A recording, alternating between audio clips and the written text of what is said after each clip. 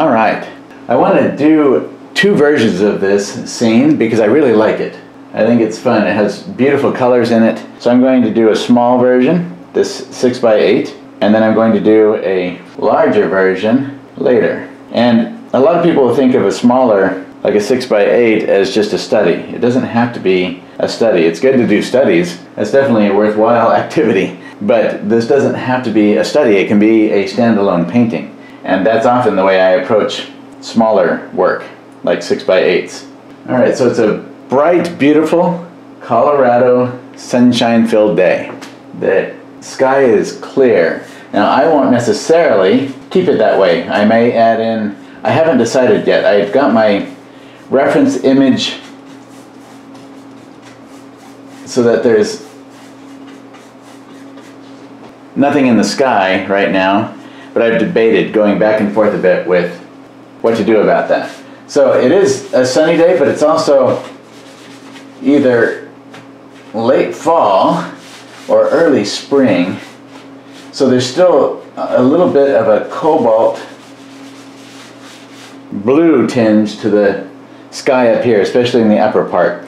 So I start with this area down here, but really, as far as using the manganese in there, but in actuality, I should probably be more towards the ultramarine blue. So cobalt, since I don't have that on my palette, is basically a mix of the manganese or cerulean blue and the ultramarine blue. And you get to a nice cobalt color that way. It's just a little bit more red in it than what the manganese has, but not so much, not nearly as the same as what the ultramarine blue has in it. Right in the middle of the two.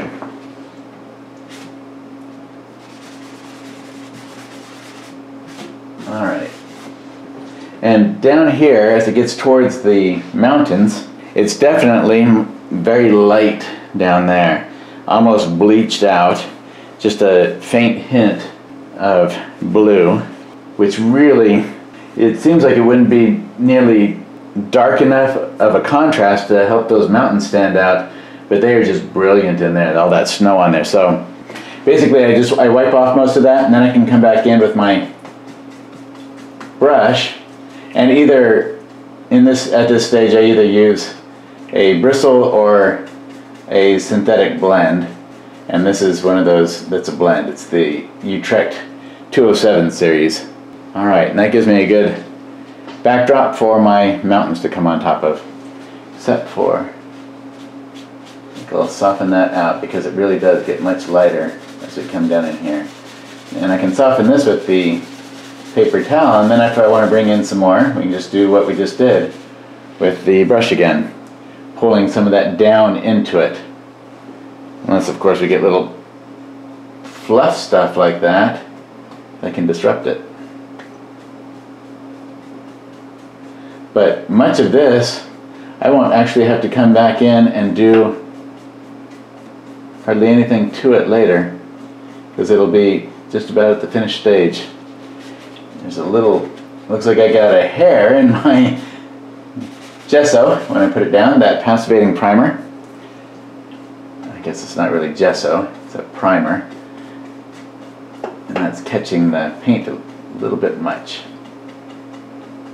So lightly tapping, and it sounds like an Edgar Allan Poe poem or something. Lightly tapping. Anyway, just kind of lightly tapping around in there. I'll have, the mountains fortunately will be coming over the top of that, so that won't be a real concern for too long. So I will stick to bigger brushes, like this is the one that I've been using here is a number 10 synthetic blend. And you can see it looks, the bulk of the bristles that are still left in there are filbert rather than flat like it started out. But I have all these wonderful thin, if you can, hopefully you can see what I've been pointing out. I have all these wonderful thin bristles right along the edge there of that. Let's get it over here where you can really see those bristles. And I love that because I can use those to get little little bits of stuff here and there, especially grabbing hold of an edge of something and just dragging the paint a little bit or disrupting it some to break up that edge. But it still has enough mass in the middle of that brush or in the bulk of the brush to get some paint on there. Alright, and the bottom portion of this can use mostly the transparent oxide red because we have a lot of red rocks and we've got all those greens that are going to come on top of it. Lots of different types of greens. I tried to get a variety of them in there. I changed up the reference image, as you can see, quite a bit because I wanted to have a bit more variety than that. So not too much. I've got to remember that this is small and things aren't going to take up nearly as much space in the painting as what initially it might look to do. So, and I don't want to carry that. I don't want to carry that up into my mountain because, whoa. All right, I will fix that and be right back. For the purposes of my camera, I've got that moved over quite a bit, right, rather than the middle, and I try to pull it out away from on the inside of here. It's a lot easier to hold it in place well, but I pull it out to the edge so you can really see everything, and that if I push hard on it, that's what happens. In fact, that.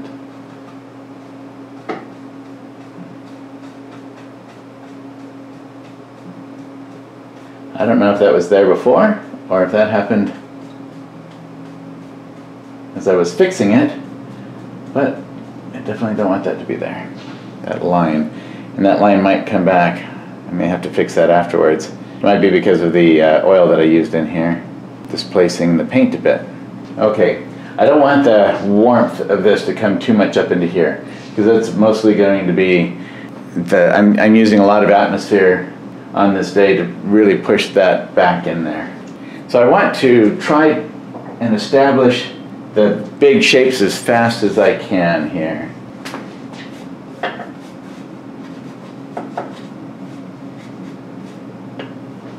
You can see that this passivating primer, it really allows me to get right back down to the white pretty readily. I like that a lot.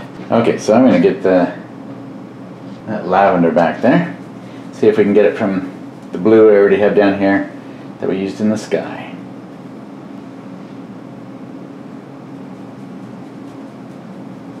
And I want to mix up plenty of paint for this because I want to be able to move that across here without having to remix the paint too much. Blue.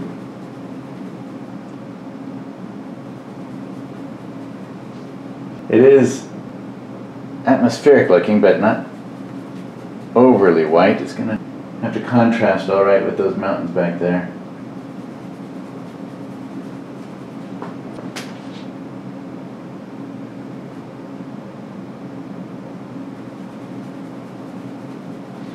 And just a touch of transparent oxide orange. Not too much, but a little bit just to dirty it up some. And then there's going to be where I'll add a little bit more to it actually here in just a bit for some of the ridges that are down here in the bottom area.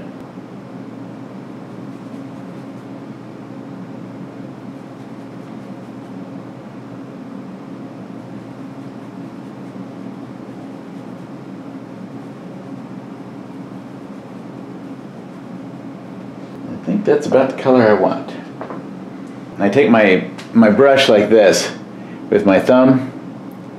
I'm using that for measurement. So I've got my photo reference that is approximately 12 feet away from me right now, and I'm going to measure the same way that I do when I'm out in the field. So about here, where that purple starts, let me come up. And a lot of what's going to define the mountains, the mountain peaks, are the shadows that are being cast to the sides. And then basically have a line that comes across of mountain.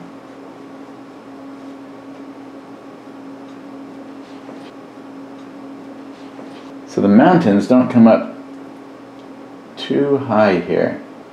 I think I'll just kind of lightly get the edge of those mountains coming in here.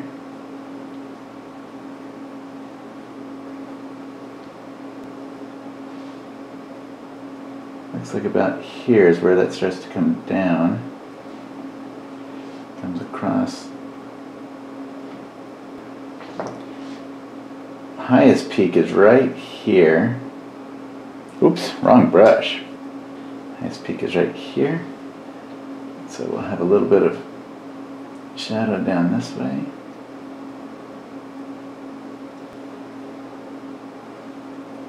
We got this little peak over here with the shadow. And all of this comes up a bit. And there are dips and valleys. I'll get those in as I figure out all my measurements. And this one starts to slope down here. A lot, probably more dramatically than that. So this is where I don't normally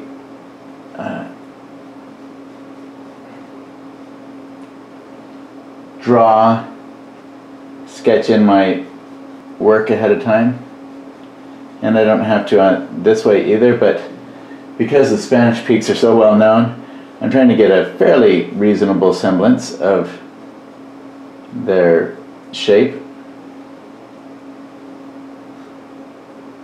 And so just outlining a little bit with this lavender right here will help, because a lot of that's going to be fairly close to the color of the shadows on the backs and edges where there is shadow on the mountains. So I can just use that to come in with a little bit of reflection there. Okay, and then this is going to come up quite a bit in these areas. So let's say we're working with a subject that's fairly iconic, or a landmark, something that is highly recognizable. So in this case, we're dealing with the Spanish peaks, and a lot of people are familiar with the way that they look. So if it's important to us to get the peaks so that each part is basically proportional to what we would see if we were there, and we're concerned about that, there are a few ways that we can go about making sure that our measurements are fairly accurate and correct. So let's say we're out on location and we don't have a photograph. Then we can do what I do when I'm out on location, is take, in this case I would take my paintbrush. Let me use a paintbrush instead of the chalk I have there.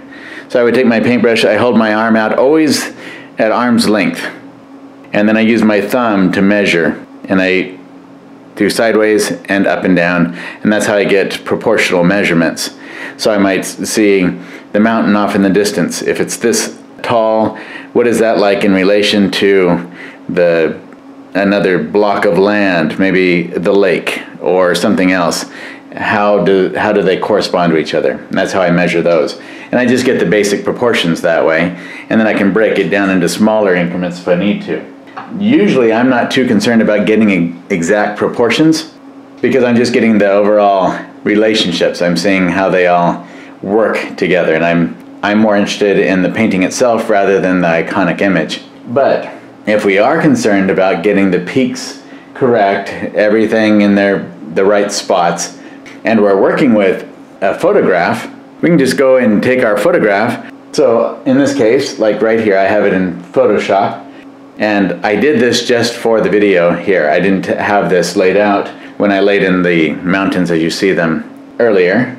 I did this because I thought, well, maybe somebody would want to get these exact. And this is how I would do it if I wanted to do that. I'd make a little grid. All I've done is taken the lines off of the side with Photoshop, just grid lines, very quick and easy to do. You can also make a grid that you can overlay onto the image. There are lots of different ways to do that.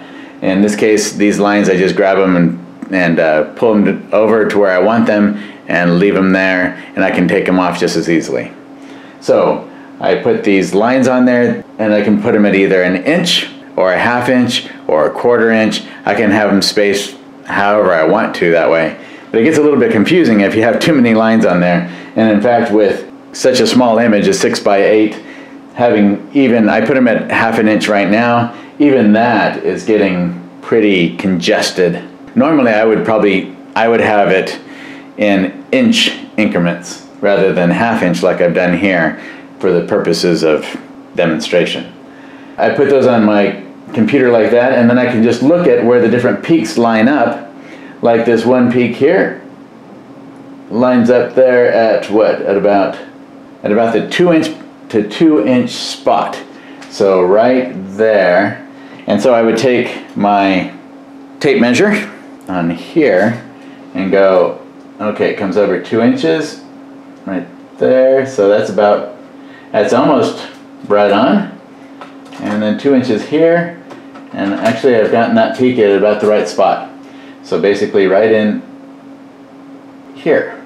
And then this is a chalk pencil. It can wipe right off of there very easily. That way when I'm painting, it's not going to interfere. If I use graphite, the graphite can float up through the oil paint. No matter how many layers I put on there, it can still float its way to the surface and then be visible in the final painting. Some people will say that's not true, that doesn't happen, but I've actually had it happen to me. So I'm not too concerned about what other people might say. If you research this on the internet, I've done it. I had a large 30x40 commission piece.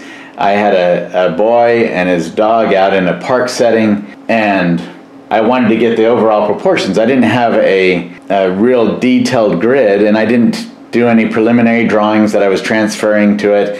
I basically just painted it by the same way I paint most things, but I wanted to get the overall placement of things and objects and proportions and all of that as quickly as I could because I was in the middle of finishing my MFA program. So I had a lot of things going on at the time. So I used a grid. I put it on my 30x40 panel with graphite pencil and got all this paint laid on there, and then noticed after a few days that all that pencil was floating its way to the top. I had done hours of work to that piece, and I had to go through and erase all that graphite off of there. No matter how many layers of paint I put on it, it still worked its way to the surface and was visible. So I tried all kinds of things to work around it, but in the end, I had to just erase all of that, get the paint off of there and erase it. So I would not recommend that for anybody, just in case. Maybe you'll get away with it. I didn't. So take that as a possible warning in the future. But charcoal, anything that's powder, like pastel or charcoal, it wipes off easily. That's what I would recommend. So we can go through and even lay out a grid on our piece if we want. Go every inch and put down a mark. Go in here, and well, probably more up towards this area right here. Put in little marks, just like that. Now we have those inches, and then we can come down, do the same thing going across, and use the grid that we have on our photo to figure out where our placements should be. So another way to do measurements like this is just to, like Richard Schmid would do, make sure that one area is correct.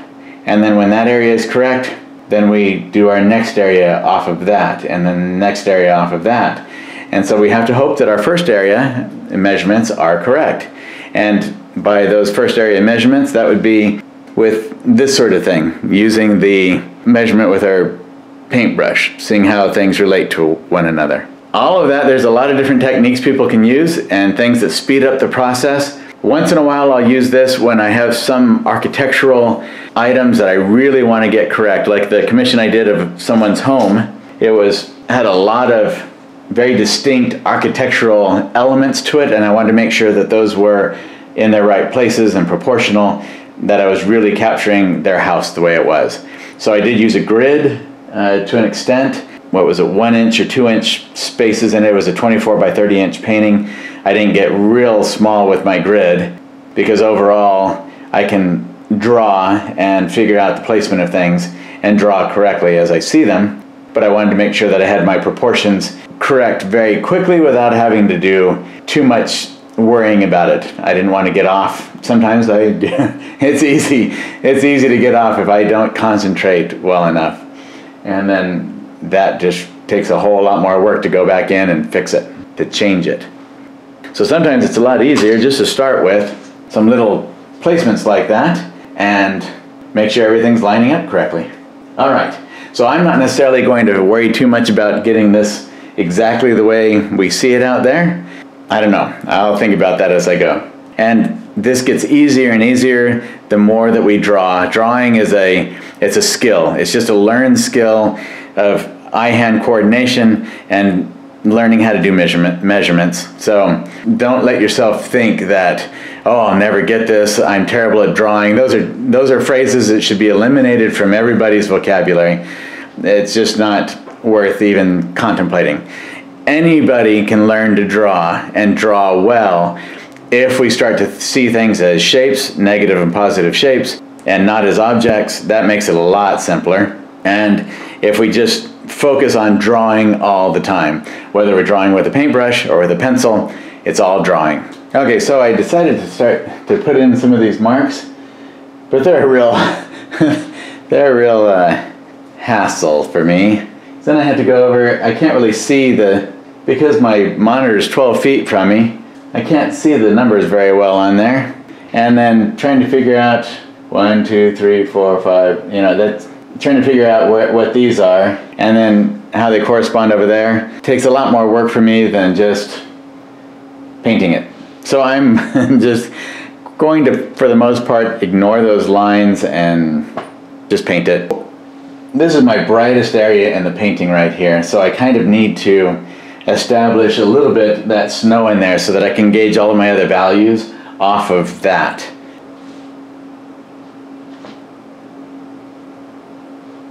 See, just a touch of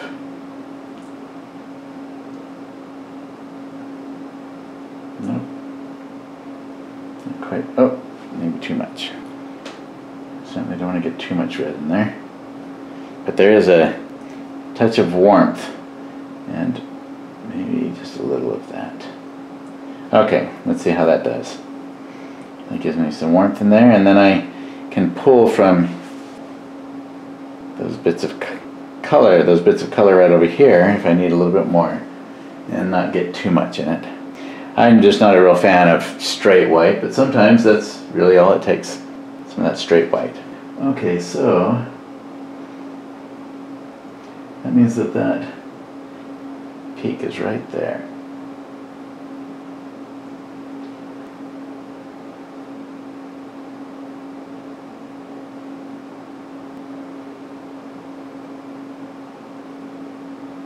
You notice how I utilize the full capacity of my brush, the flat and the side of it.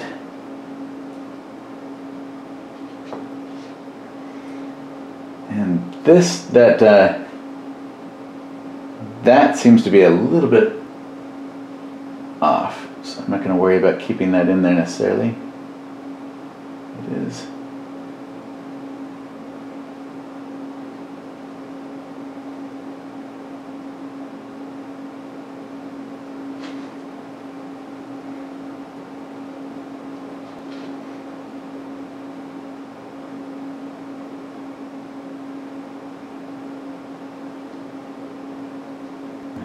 I have no idea what this really looks like over here to the side unless I get some other photographs of the Spanish peaks, because the reference image that we have for the paint together has a big tree there, and I'm not a fan of that big tree right there necessarily, mainly because I had one tree here, and they were like columns that divided the painting right there.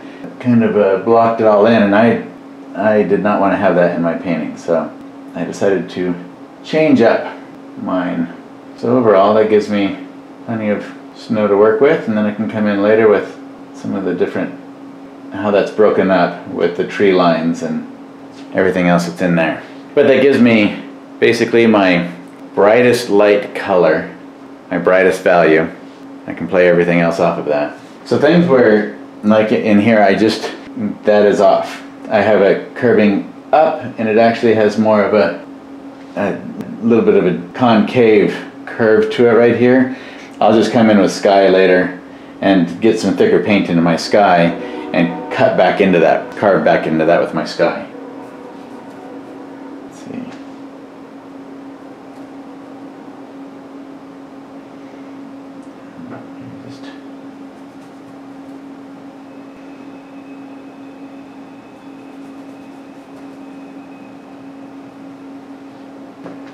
Has a little bit of the phthalo blue color to it. In fact, this might be just about right. Some of that blue-black.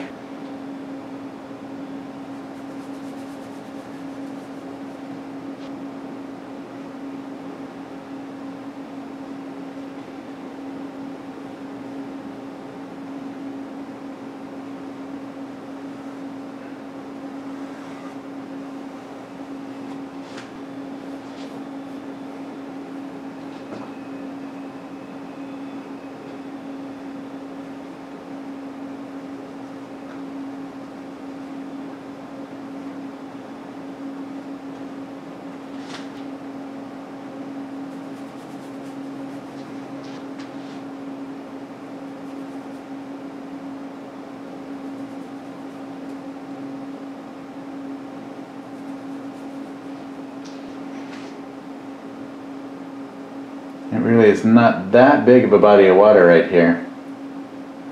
So, gotta make sure that when I go from dark to light in the transition from the top of the water down closer to the bottom of the painting, that I don't get carried away and make this shape of water too big.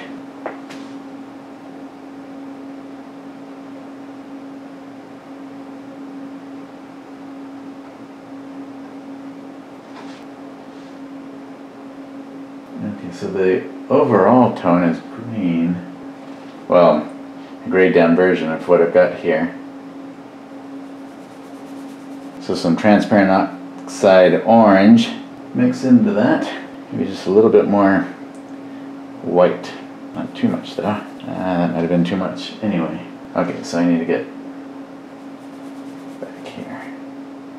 It's a little bit darker value than that.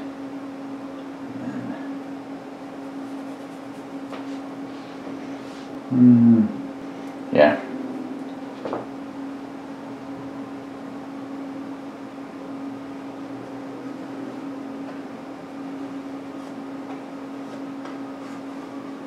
So I'm using the same brush that I just used for the water, because they're all in the same color family and color temperature for the most part. Okay, I think it's actually lighter than that. I got that value a little bit too dark. But I do like the color. I think that's about where I want that color. Oh.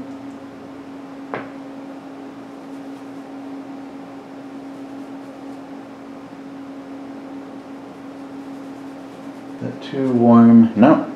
I might go for that. Just laying that over the top of what I've got here. Leaving here and there little darker areas. Then I can come, once I have something like that established, get it a little bit closer with an over haze of that purple color that I had, the lavender. Lay some of that over the top of areas in here to bring in spots the value of this and this so that they are almost identical in areas back there, to really help push all of that back. As if the atmosphere, the bright light that they have there in Colorado, as if that is coming across because of the distance, it's just bouncing off all through all of this back here. And so much of that is the values are being brought very close together through that light that's bouncing all around out there. And we're going to have a little bit darker, how dark. So much of what we do in these early stages is all about value. Getting the values correct, the color temperature as much as possible. So you can come right at the base of some of this. Put in some of those dark shadow areas that we would have right at the base of the trees, especially as it gets closer to the shore.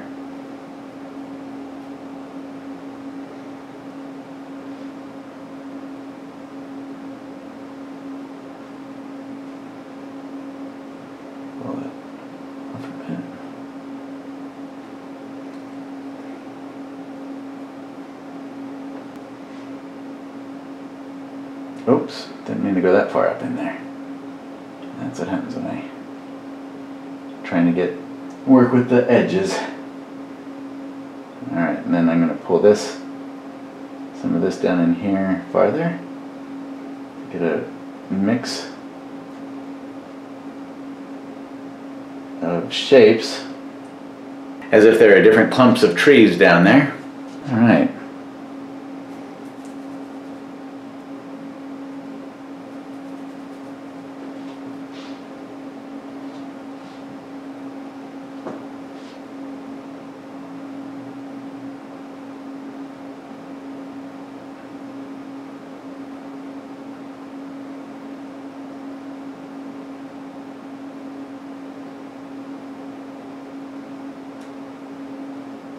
Even though the shoreline out there looks fairly bright, I don't want it too bright because I want it to be going back in the distance. So graying that down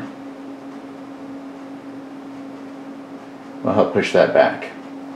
And then when I have the brighter tan colors up here, then they will really come forward more, and that'll all push back in the distance.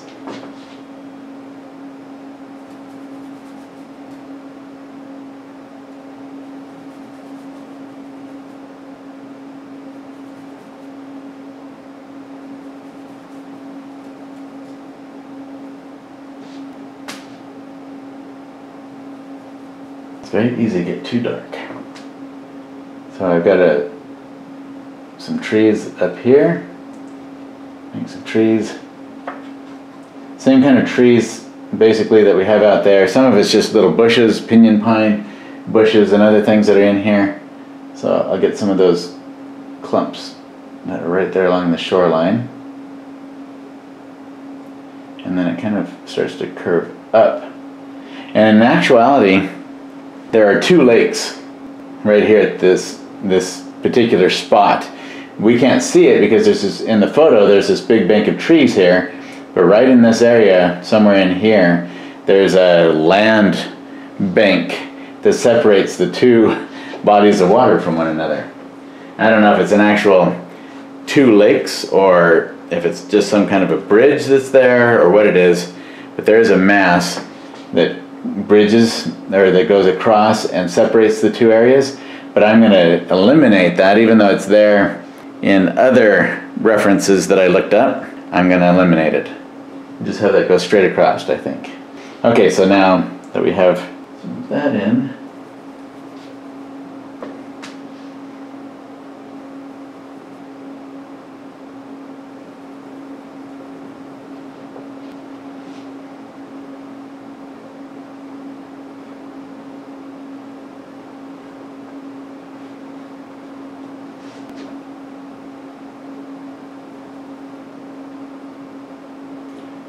alright, so some transparent oxide yellow and just a touch of quinacridone red into it.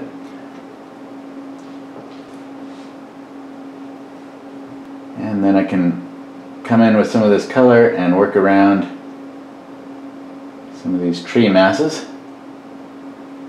And I have to keep on moving my brush around because that green that I have is picked up pretty readily by my brush.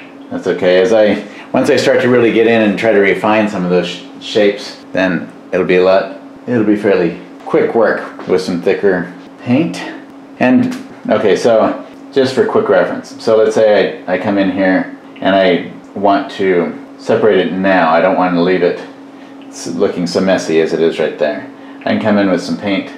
Let's see, I have a much bigger area of yellow over here. I can come over with thick paint, see, right across the bottom or right across the top of some of that bluish green color that I have down there, and put in a thick area of land fairly quick. As long as I lay it over and I don't, how do I describe that kind of a stroke? Having enough paint on my brush that I can sideways with the brush almost flat lay that paint over it and then not go back in to it. So if I go back in here, there's going to be some green in here that'll start to get disturbed pretty easily and come back out of there, just like that.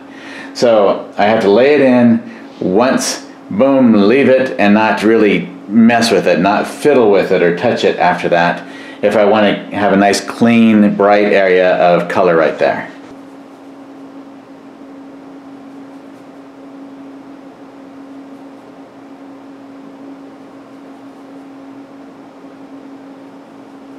There's kind of like a little area, and I'm getting too far down in here now. That really needs to be pushed up. So this right here, that bigger proportionally, that big area of land should be basically starting where I have the top of it. That should be the bottom of it. So I'm getting my measurements off a bit. So I'm going to move some stuff up. Change this a bit. So we're going to take and move the water up some and the shoreline.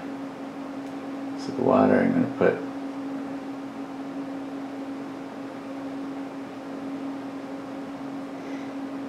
because I've left myself too small a space, and this is where really, if I'm that close in proportions, I should have been, maybe the grid would have been a very helpful thing to have put on here under my painting. Or I just should have been much more careful in my painting of it. And so the color that I just put on there is way too warm and dark, but at least it outlines it for me. And then I can come in with much thinner color than what I've done so far. By thinner I mean not such a wide shape in there. Too much green.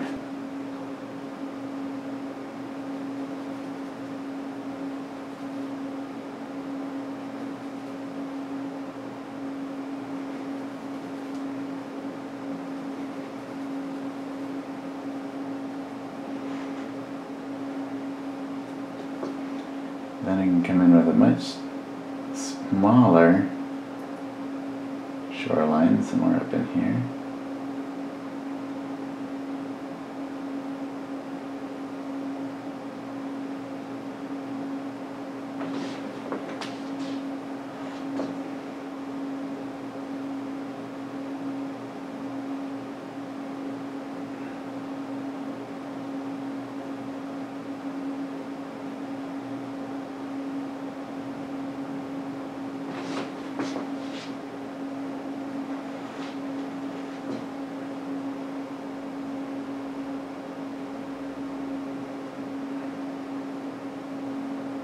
Too bright, but I can play with it later. And actually I'll want to come over that with some lavender, light lavender on that, just to tone that down some. And I'll probably come up into some of these areas with some more of with a little bit more ultramarine in it, this green color right here, and some darker spots up there as they start moving up into that lavender. And integrate all those areas together. Okay, so now we're getting closer to what I want for that.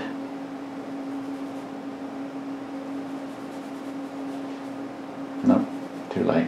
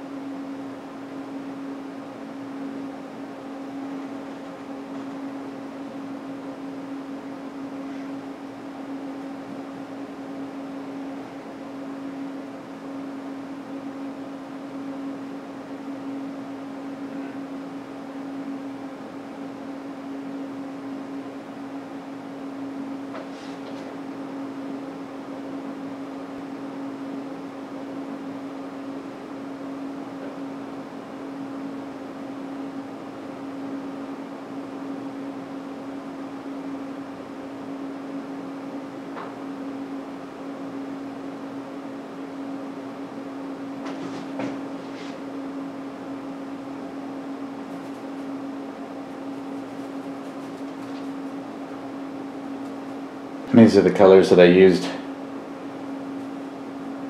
the other day with this.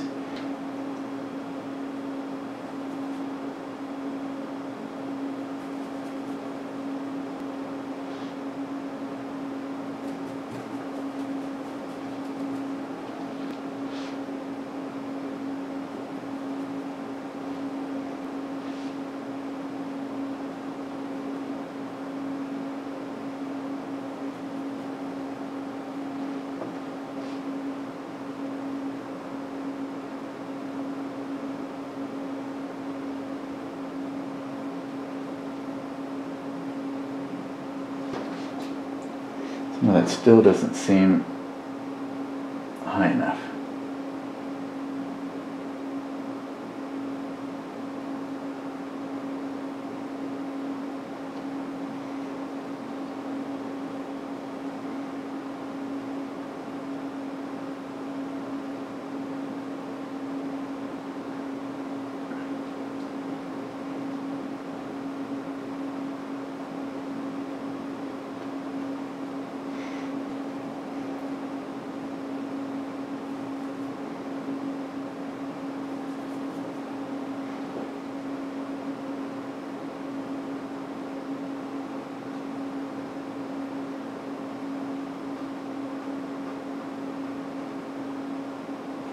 Yeah, I think it's better to have this moved up a bit so I have a little bit more down here to work with.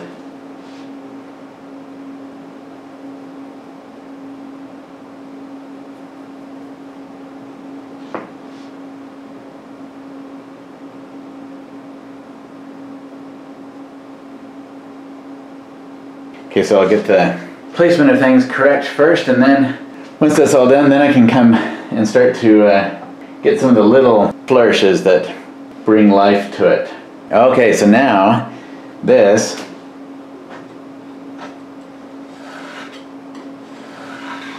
take out most of that paint so it's easier to work with, because that was a pretty thick glob right there, and I can move that up.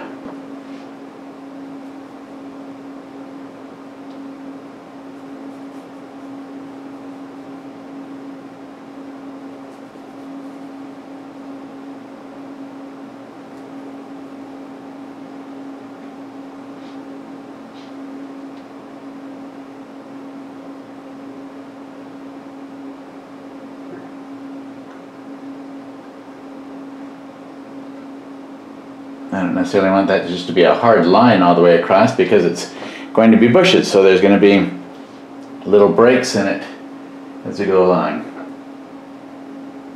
And actually on the up here moves up quite high, cuts off most of the what we see of the water there.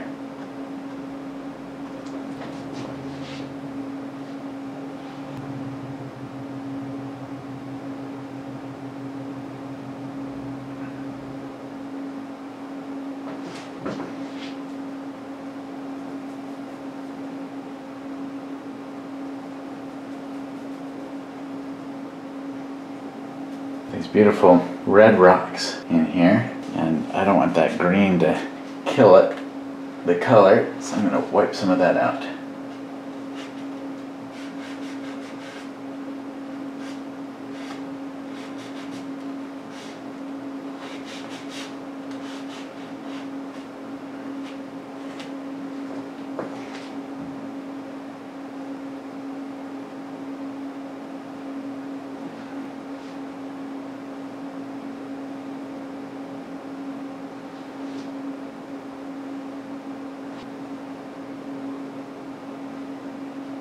About halfway apart.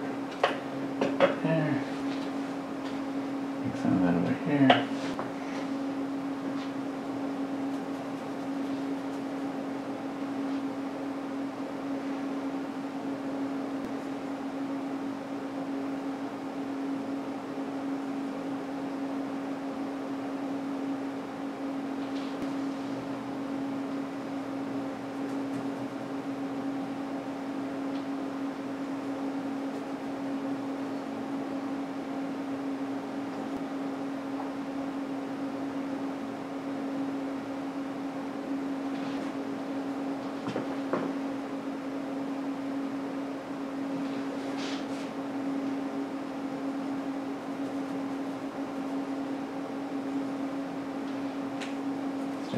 paint that I can use there.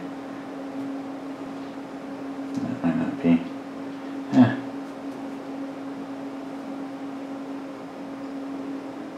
Mix up all that paint just to do it, put a little bit down. That's alright. It's about getting the right stroke in place. Now, not that one. Maybe I'll use the palette knife first to mix up some color.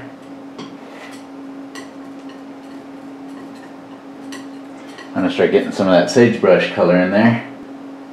It's definitely a fun mix of light bluish green tones and some darker ones. So I take part of that and I get my darker to pull from over here for the shadow areas, some of the shadow colors that are in there. And I'm going to get that over here where I can work with it easier. And I'll take some of that.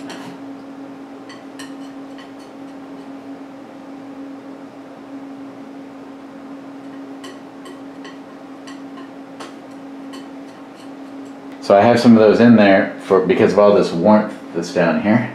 That should help quite a bit.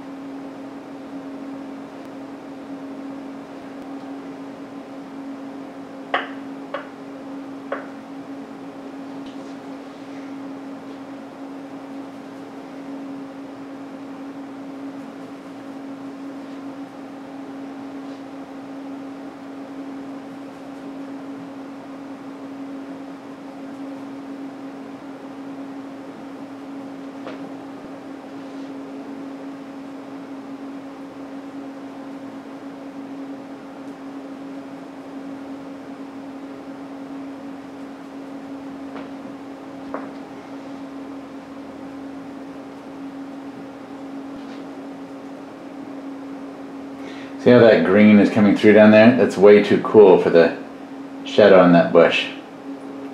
So I need to come in with the warmer, and then I can play off of that as I go along.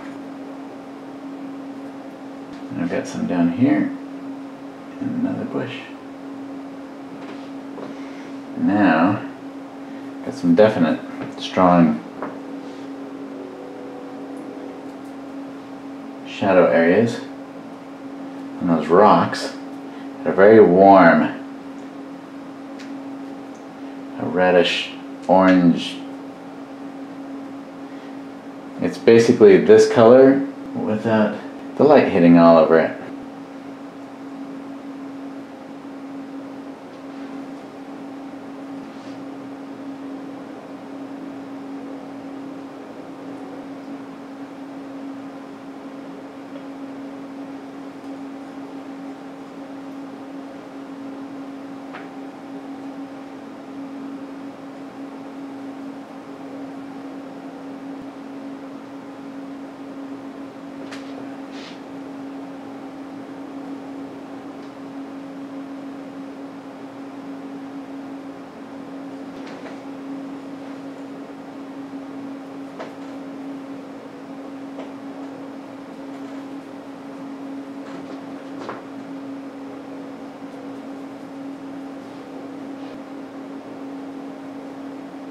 So I add the green to the red to get more of a brown, and I have to decide just how much more on the green side of brown I want to be, or how much on the red side of brown I want to be as I put those colors in.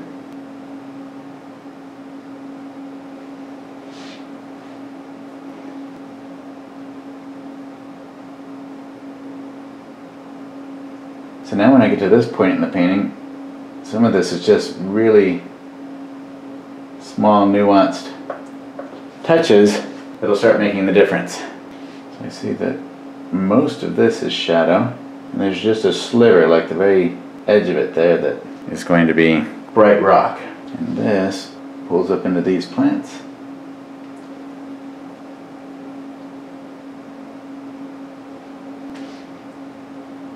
Moves its way over this way. There's some kind of bush thing out this way.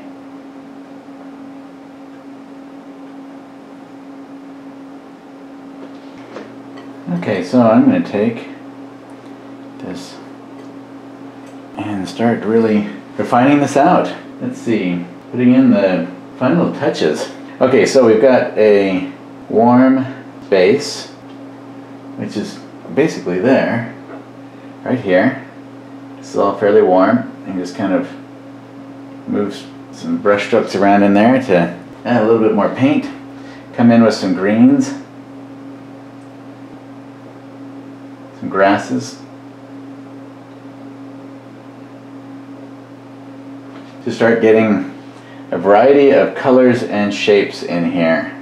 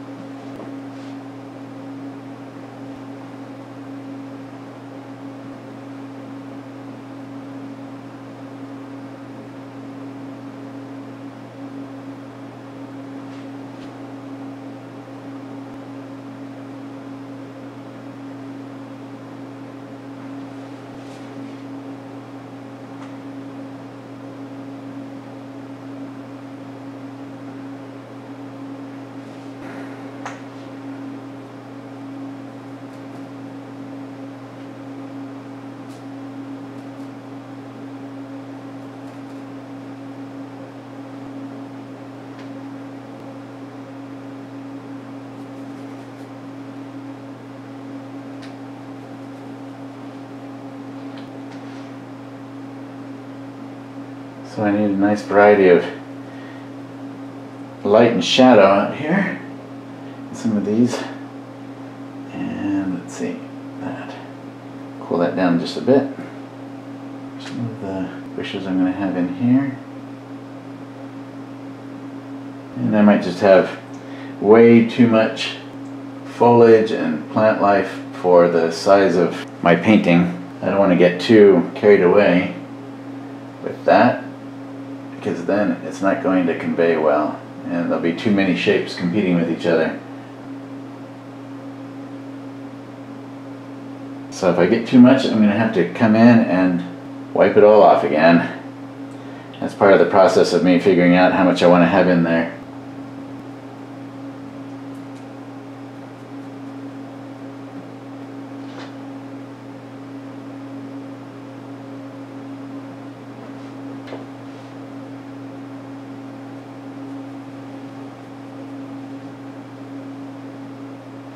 Part of this, when it comes to some of these shadows, they're actually more on the lavender side, and I like that because it gives me a mix of that warmer, very orangish brown shadow and more of a lavender, cooler shadow.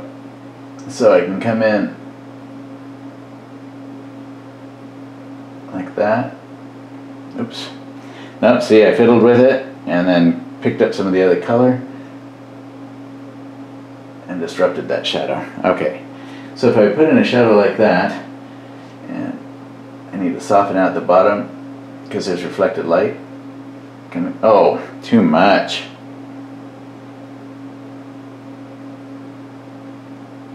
Okay, then I can come on there with my palette knife, if I can get enough paint here to do it. That's not going to be quite right. There you go, right towards the edge, the end.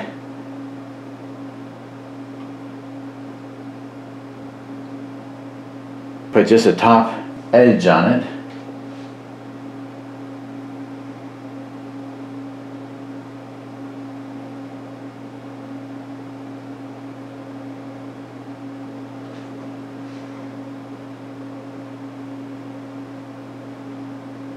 For the light that's hitting on there. Start bringing in some of those final 10%ers. They give it that variety that makes it so fun.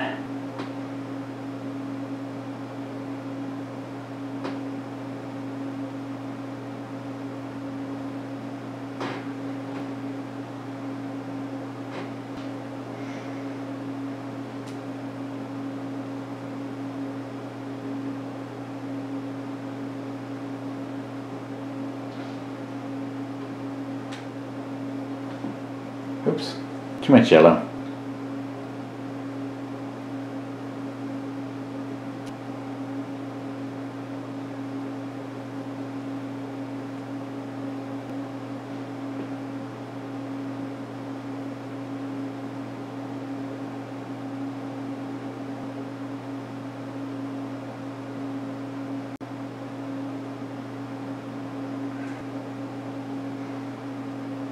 There's a little bit more red to it to give it some color.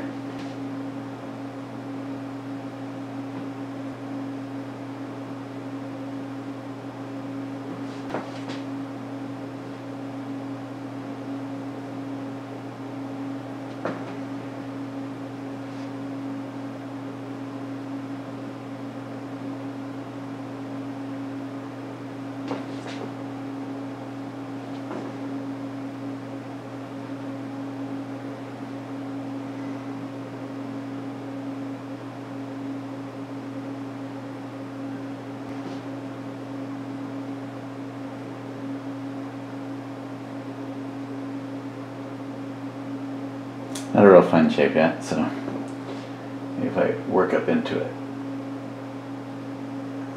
And move that paint around a little bit. There we go. A little bit sharper edge. Too sharp.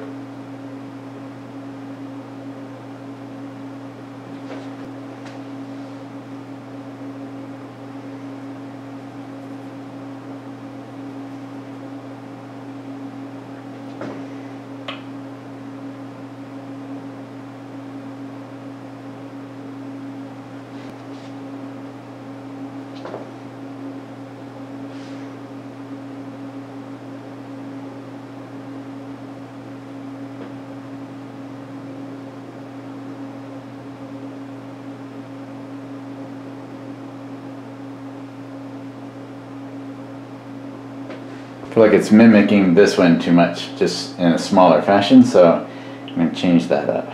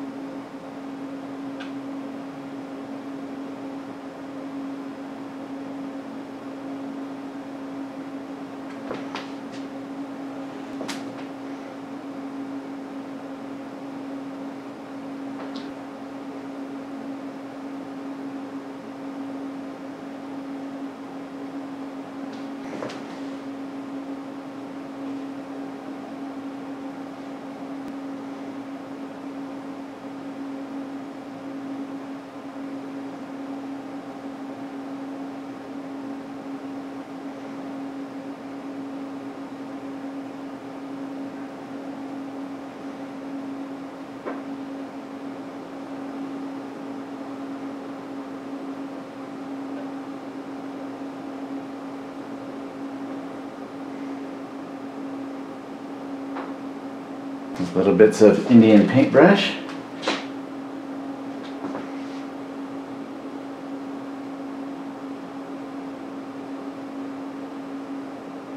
Too much.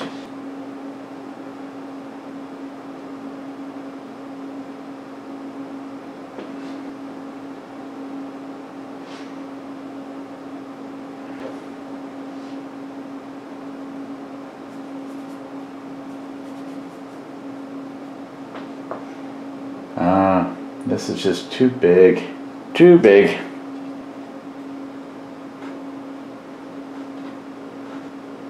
It's not working right there right now. I need to get some of the shadow down in here so I have better shapes and breakup of spaces. Yeah, that works a lot better. It was kind of carrying all the way across, all the same value overall as far as brightness. I mean, I had little breakups of value in there, but the general overall shape of the values combined wasn't working well. That works much better to get that down in there. Can even carry some of that shadowish look to it. Darker color across.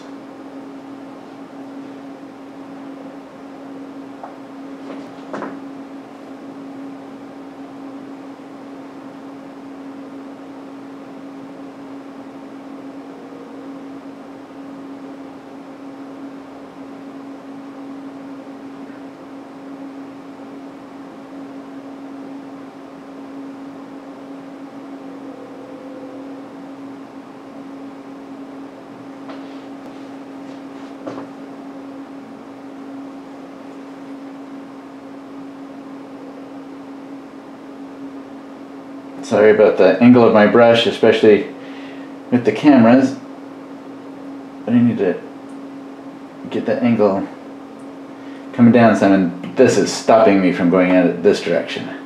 And now that I'm at it with this brush here, might as well come in with some of my other strong shadows.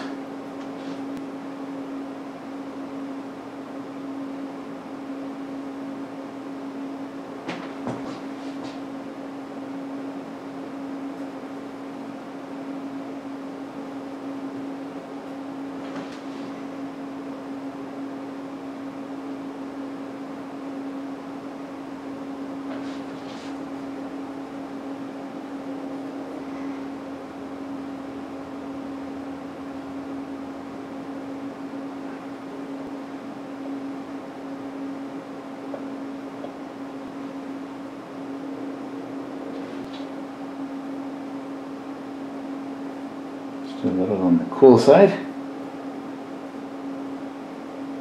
for my darkest darks.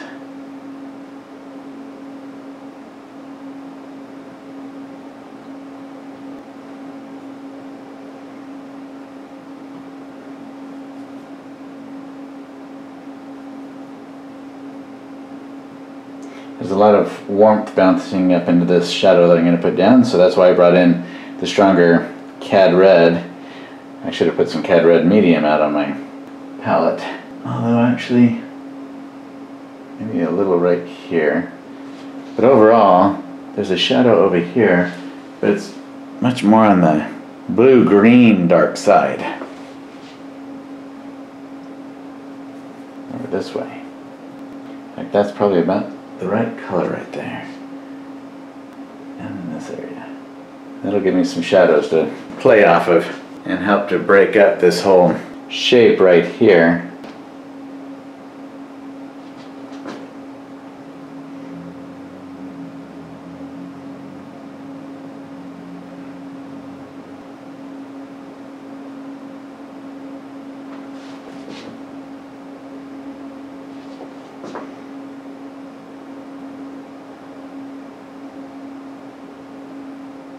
Trying to grab just a bristle or two there to pull that over. Sometimes it takes a couple of tries.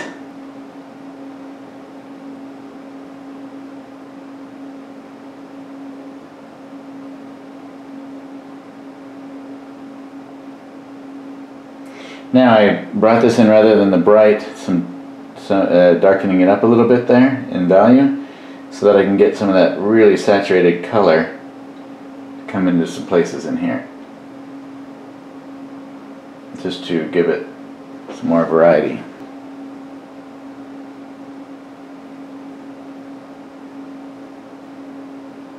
Then get plenty right on the end of my brush to pull color up into here. Kind of blended in with the other middle value color I had there anyway, so that probably wasn't very effective.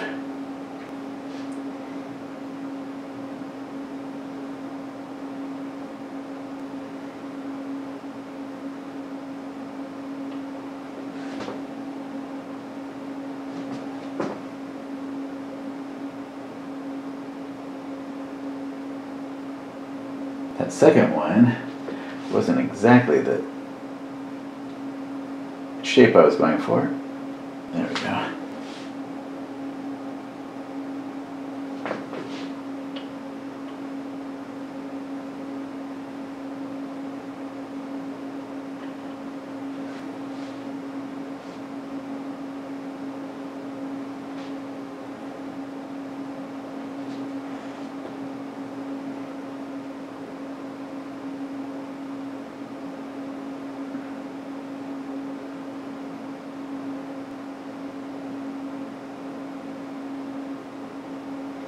So that shape's not too blocky in there.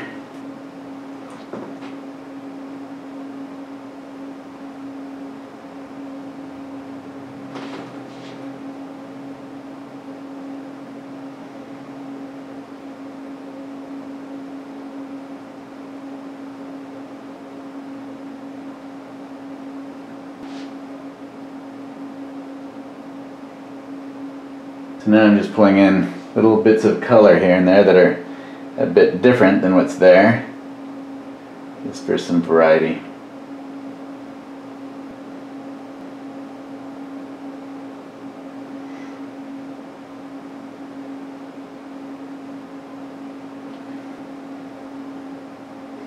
All this variety helps to enliven it and give it a more lifelike feel to it, as long as I don't get carried away and get it overly busy with too many shapes. But if I keep a lot of the values fairly tight, as in the values are close to being the same, just different colors, that helps a lot to not get overly busy. It can create a very lively look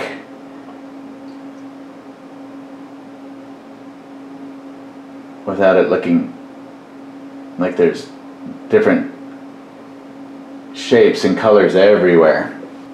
So I'm just trying to enliven it.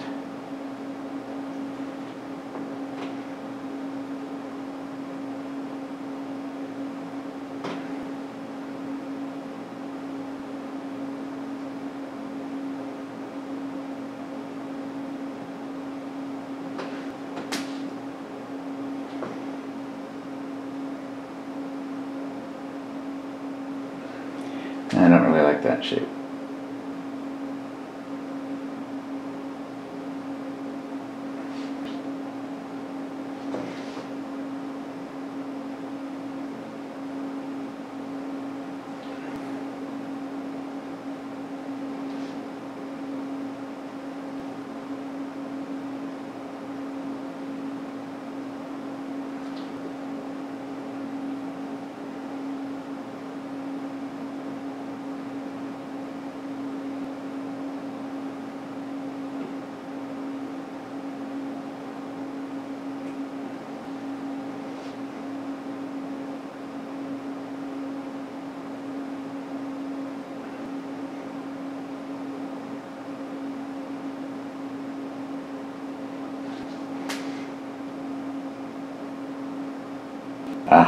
Way too light. That value. I got some of that other color onto it and it did not work. Okay, so I had too many little spire-like things with painting this small. They just didn't come across as feeling natural. They were forced. So I had to break that up.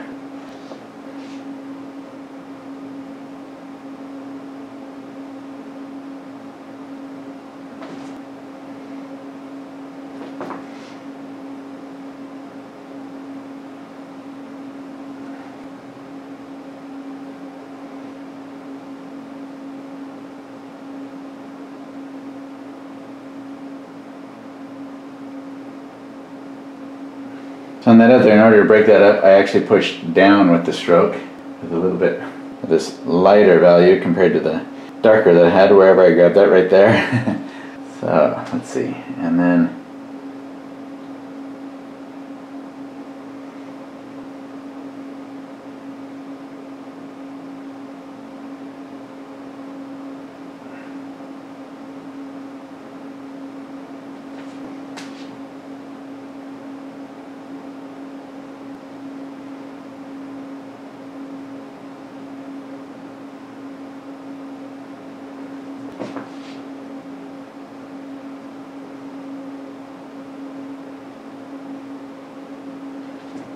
something like I had an orangish shape there and a yellow shape there, and that they didn't really tie together. I needed to tie those together, so I brought in some of that orangish color down in that area there. Maybe put a little bit in there too.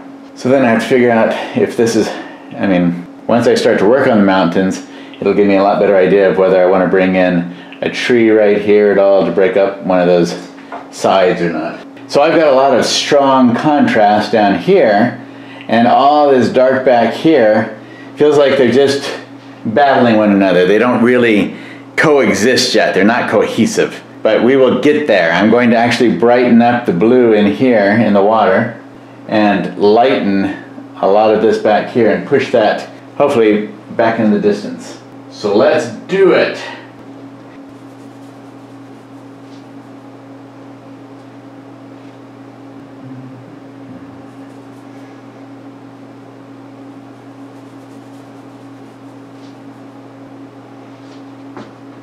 Yeah, that's probably not, no, that's not nearly bright enough. Not enough.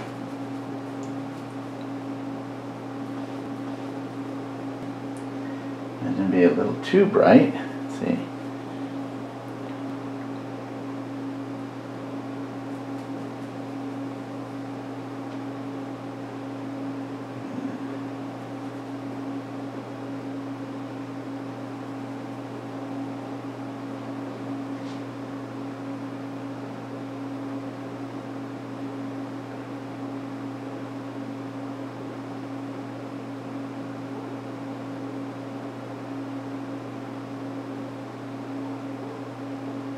You notice I don't want to go across there necessarily and just put in one strong solid brush stroke all the way across there. Might as well take advantage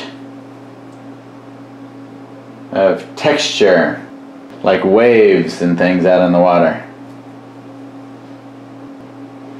And as you come down towards the shore here, get even a little bit brighter.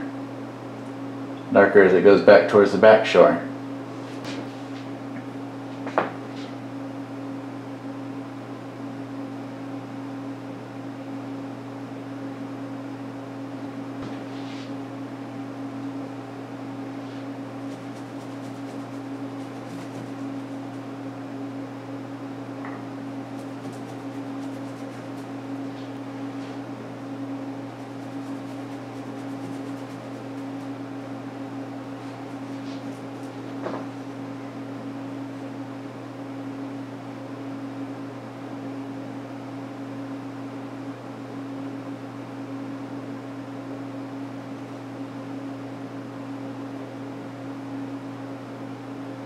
Just trying out some color, see what that would be like in there, and I think it's distractive. Kind of like the blue against all that white.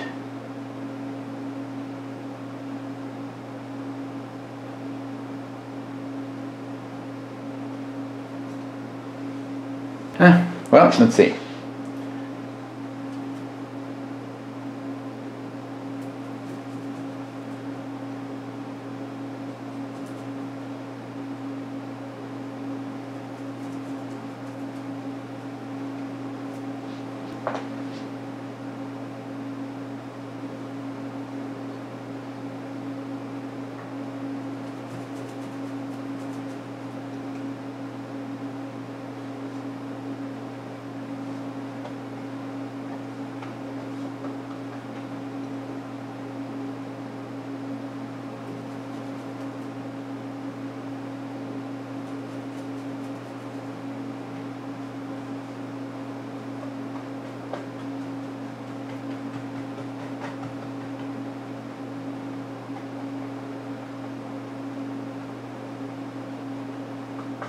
feeling a lot more like a winter sky than a fall or some other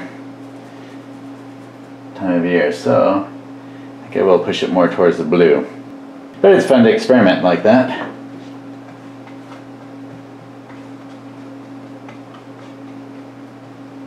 So now see, we can start to get some of that texture of paint in there.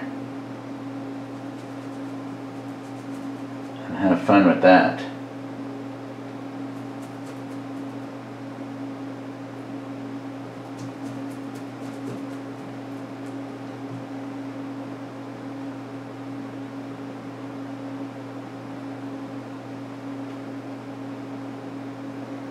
And rather than wiping any of that off, just come down. I'm just coming down over the top of it again with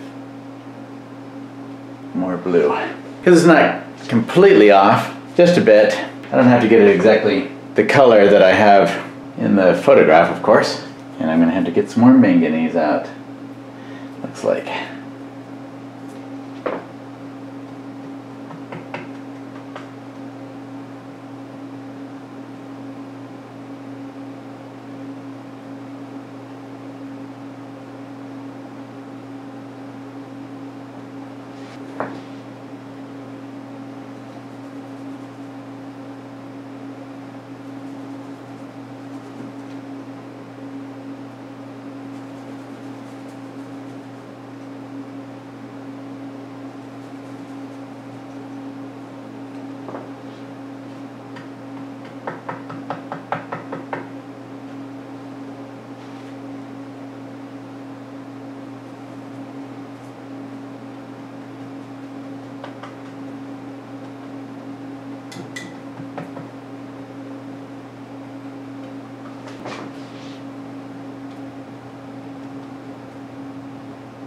So I'm just kind of patting it with I put a lot of paint on the tips of my brush and then just kind of pat it on there so you can see all the bristles, not so that it's a solid opaque stroke, but in layers with the bristles coming through, or the bristles being splayed apart a bit, I guess, so that it has some texture to it. And then just keep on, bring it down a little bit more. And to get a little bit more of that dark up here, the light down here feels much better as it gets towards the mountain and the white. Just kind of use just the tips of the splayed bristles to put in just that fine shadow line right there, kind of define that peak. Now of course, if I want it to be more accurate, I really need to bring up the white back up into here a little bit more and then across. And there's a long pull across there. So the peak right here is basically, let's see, if I divide it in half, which is about here, it's going to be about there. So that's where it comes back up a little bit. So that's what I need to do there. Come in with some of that white, let's see, halfway, about there.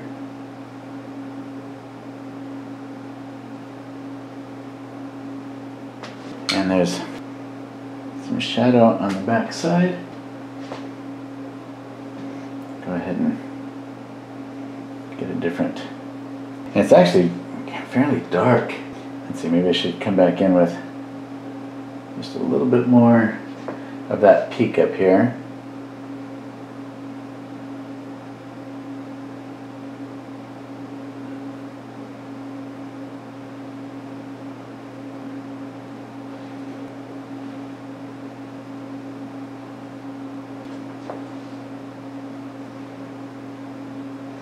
Take the white paint off the back side so I don't get all that other paint that I was using in there.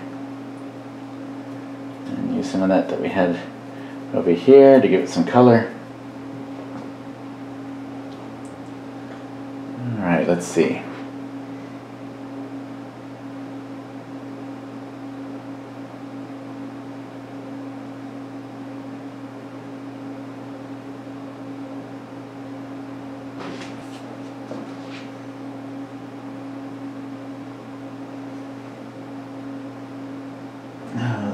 How exactly does that go?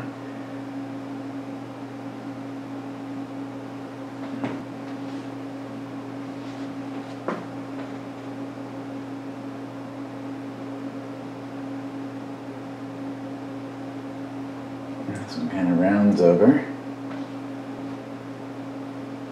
It has these fun little movements in this way.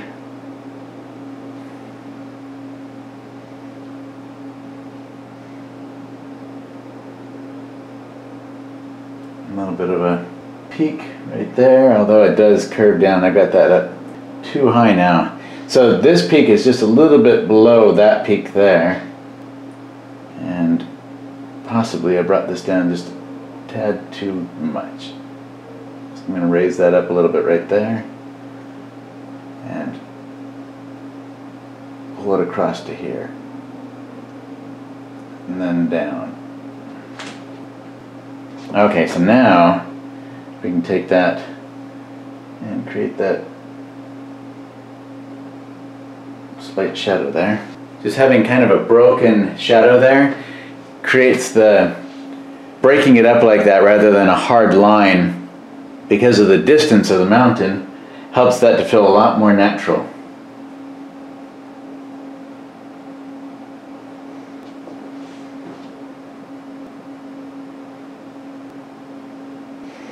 And there's a shadow on that side that is not that dark, but it is dark, relatively, in contrast to this and this. So I'm going to try to, but that value is still too dark.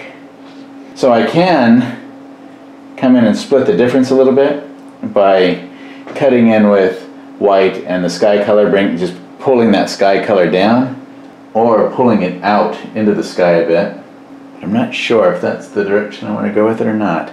Actually, I do need to cut down into that some, because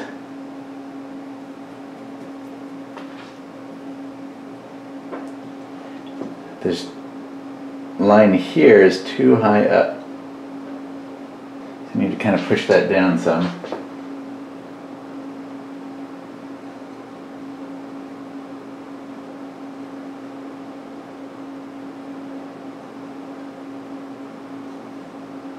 Oops, don't want to lose all my texture there. That might be close to what I need there. So now if I just play back and forth a little bit, pushing into it, pulling out on it, I might get the value that way that I need. And that is too hard of an edge right there, especially since there's a transitional value right there. I didn't get it close enough to that white.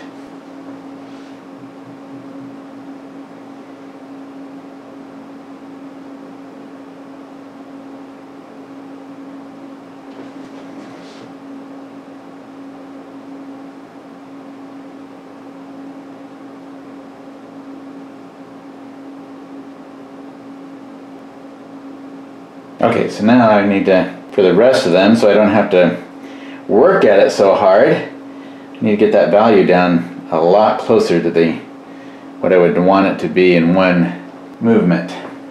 And I think it's time now to use a brush that's not quite so broken, or so splayed with the bristles. So I'm going to grab another of the master brushes, the Masters series, the Mongoose equivalent brushes, and see if I can get a much tighter edge to it than that. To look at where I want the paint to go first, get my drawing, what I want for the drawing down on there, and then go for it. Yeah, this is a much better edge to use for that.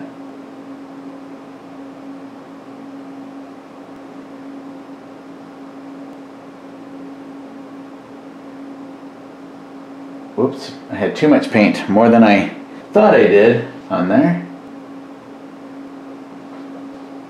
So let's try that again.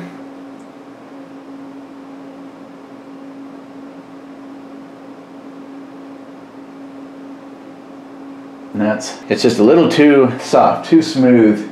So I need to break up these bristles a bit, feather them out some, splay them, and come back in with some of the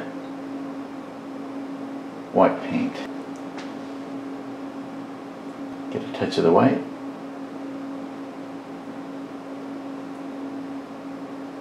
Now that part I liked a lot, the way that you see how it's broken up in there. That's what I want to achieve. So I might actually get something with a few less bristles, fewer bristles than what I have right now.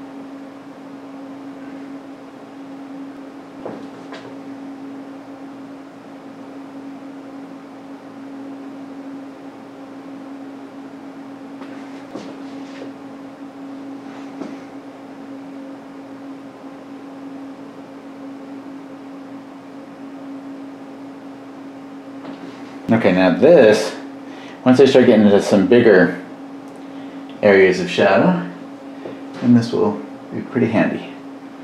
And it goes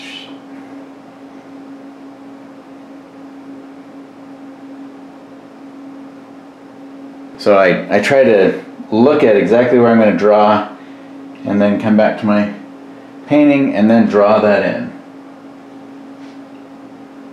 Okay, and that goes, it doesn't go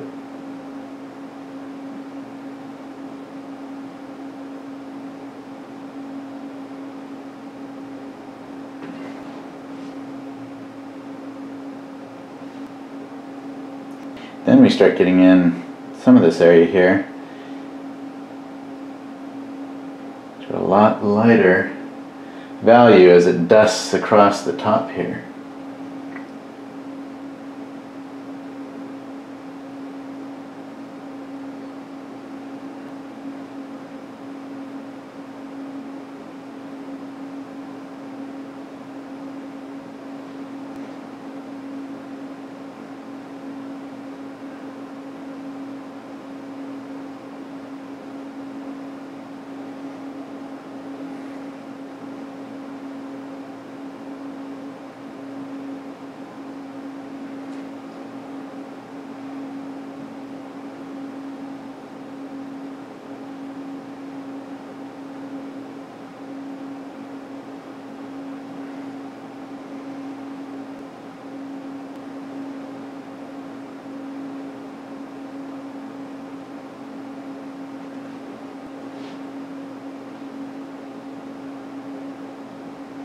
Comes out into there.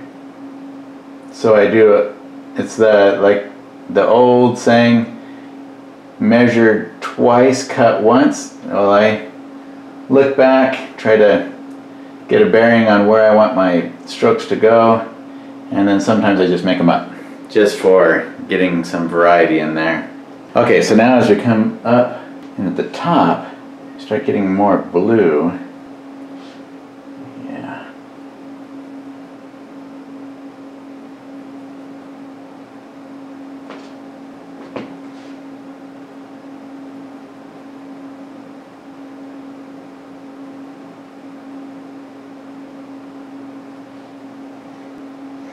There's just a touch maybe of that orange to it, or a red. Not too much, or it'll overdo it in a hurry. Got some warm color coming up into here. Cool. Yeah, it needs more red in it than that.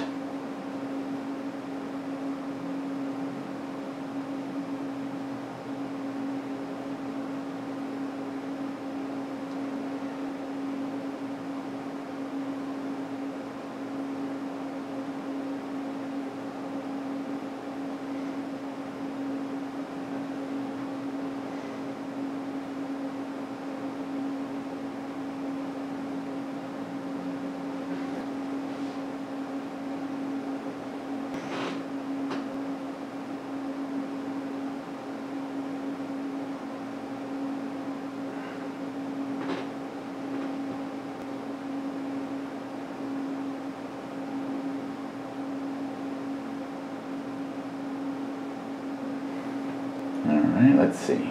So a little bit over from that, we've got a big splash of dark right here. And it gets broken up with, almost looks like ski trails or something. But just the way the trees are separated out there and breaking up that snow.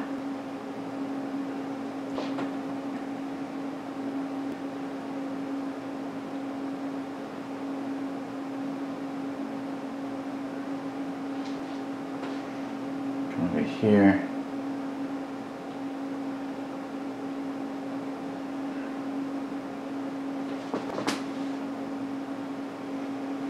And we've got this kind of works its way over like that.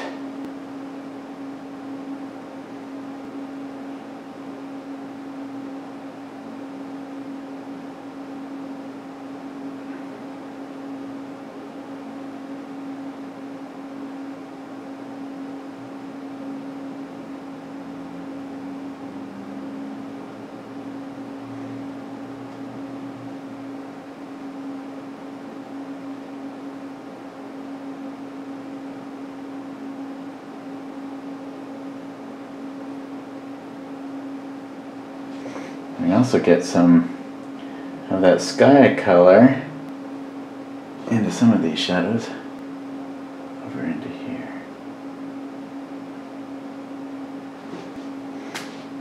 Not quite that. All right.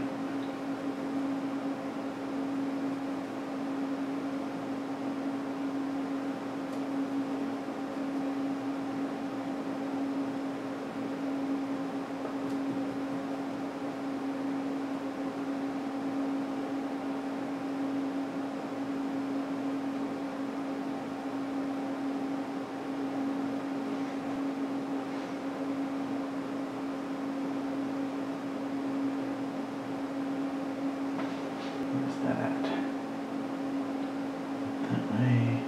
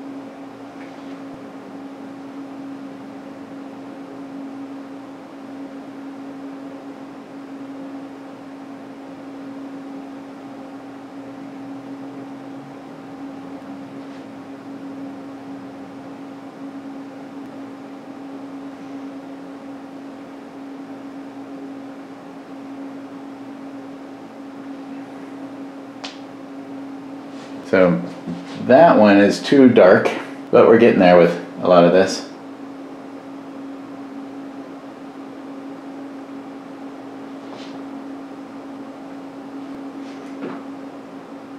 Getting some of the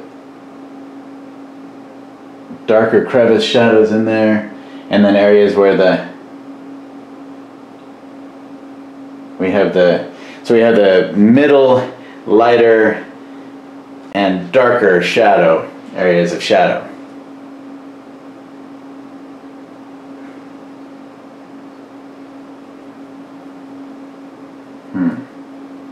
Too dark.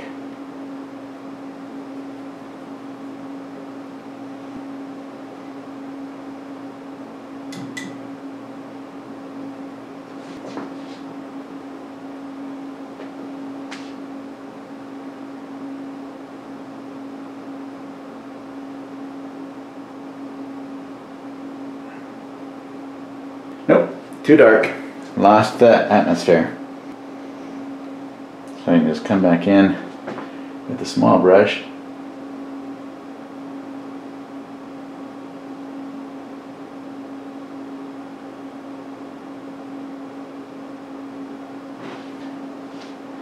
Pop in some lighter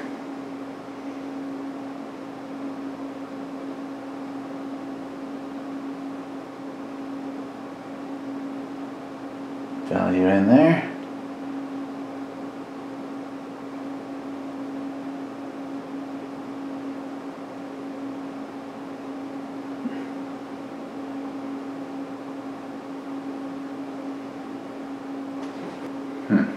That lost the subtlety of it, didn't it?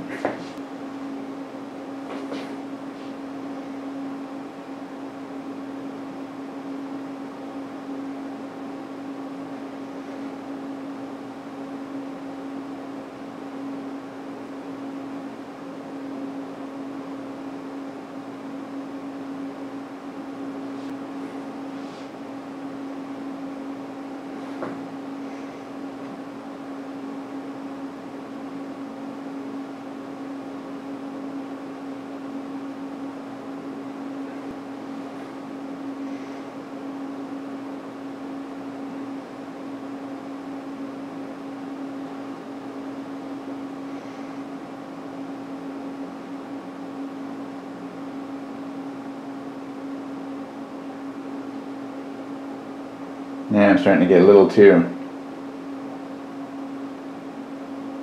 picky with it and lose all the freshness. Starting to worry too much about detail. That's not good. It's going to start getting stiff and unnatural looking.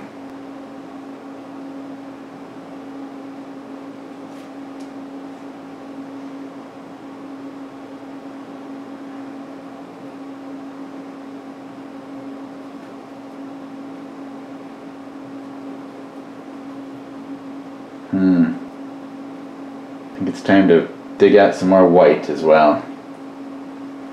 All right.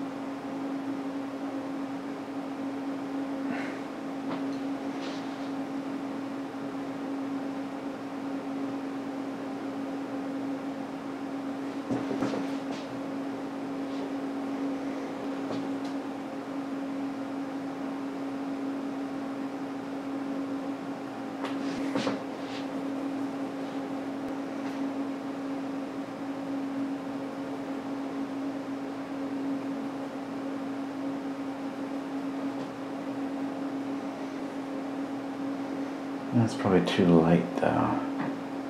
I need a color a little bit more red into these greens here. But I think that might be too light. Let's see what we get.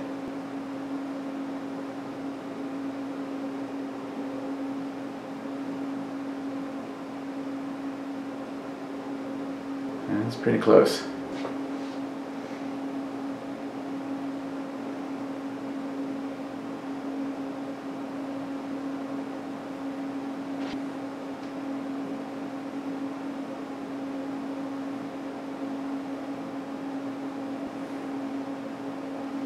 Gonna dirty that up quite a bit to give it that atmospheric distance before I come in here.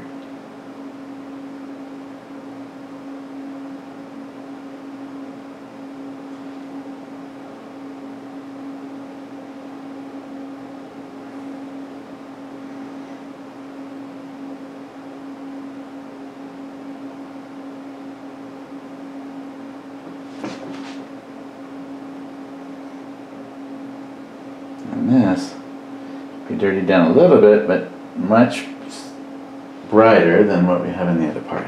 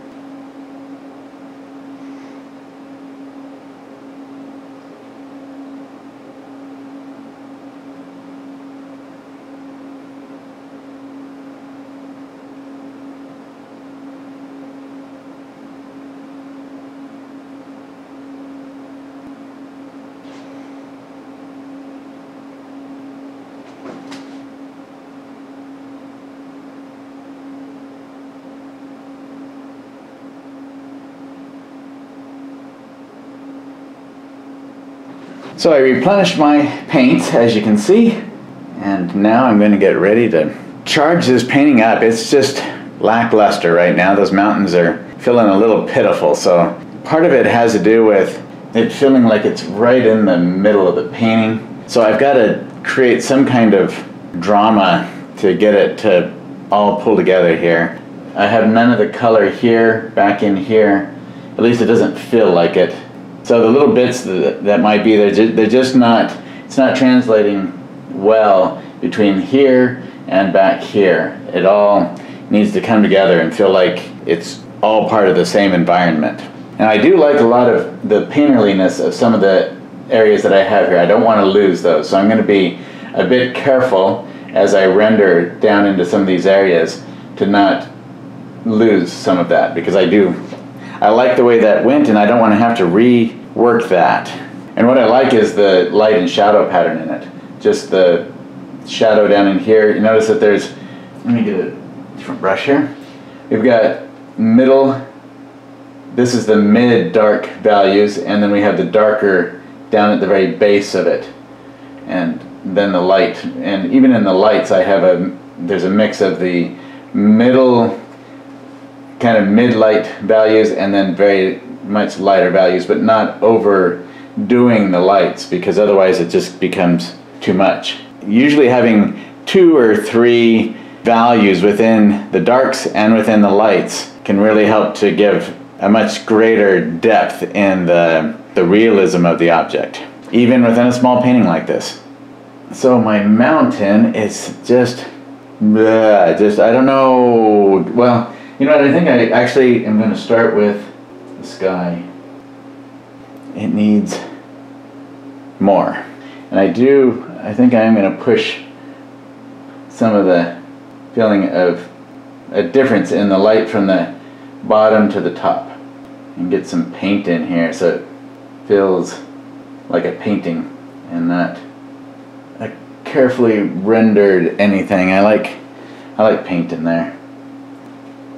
There's enough cold up in the sky to keep snow on these mountains, so I kind of play with that a bit. And I might need to come in here with some lavenders up in that sky too for a mixture.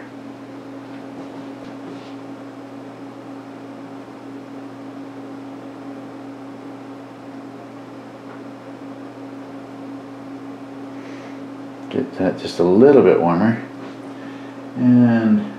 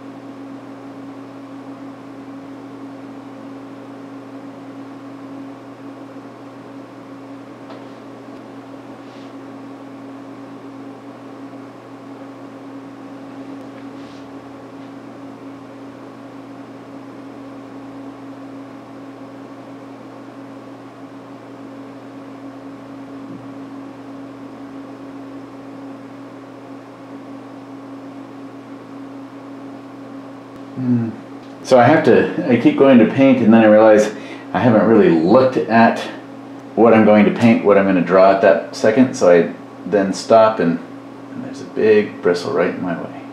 To look back at the structure and where it is that I actually want to place whatever it is that I'm getting ready to put on there.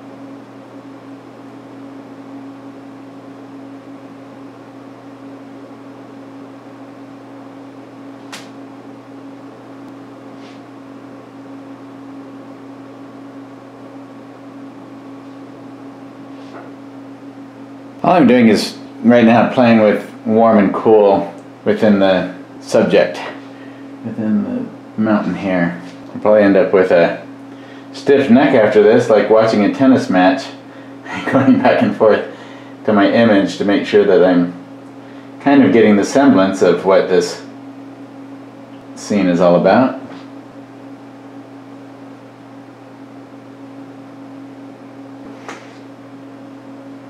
There's a little bit of red. It's right here.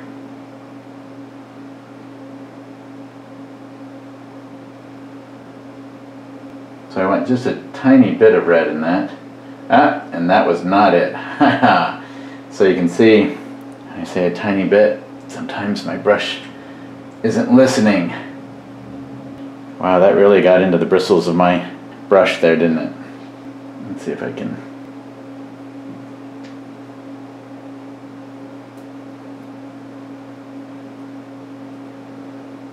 Okay, and then I don't want to have too much paint on my brush, so I just wipe it off.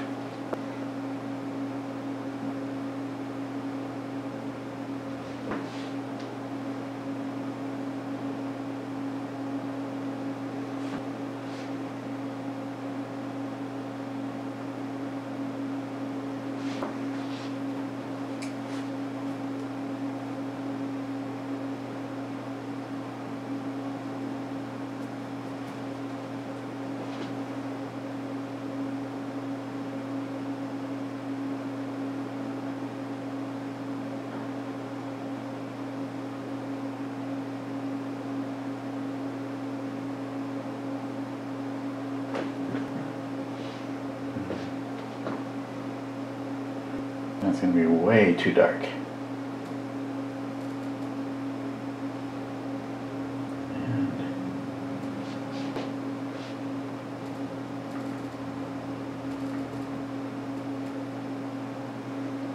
Just going to dirty that gray up a little bit.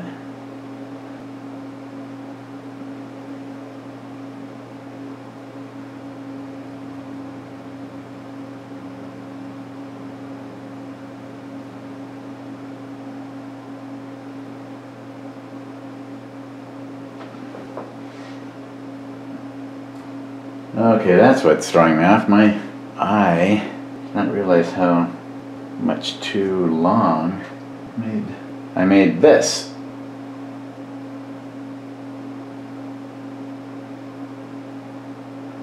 So I was judging off of that, and that was not correct.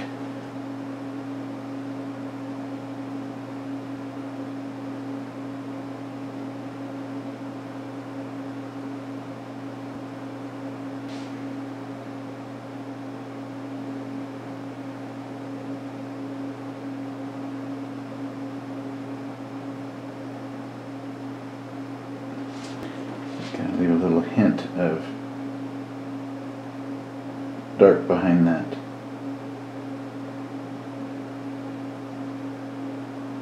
So what I do is I go back and forth, grabbing just a hair of the edge of the white that I have on there, pulling up, and then grabbing some of the paint that's out here in the sky and pulling down into it. And it's just a gentle, very nuanced back and forth with it that I'm trying to achieve.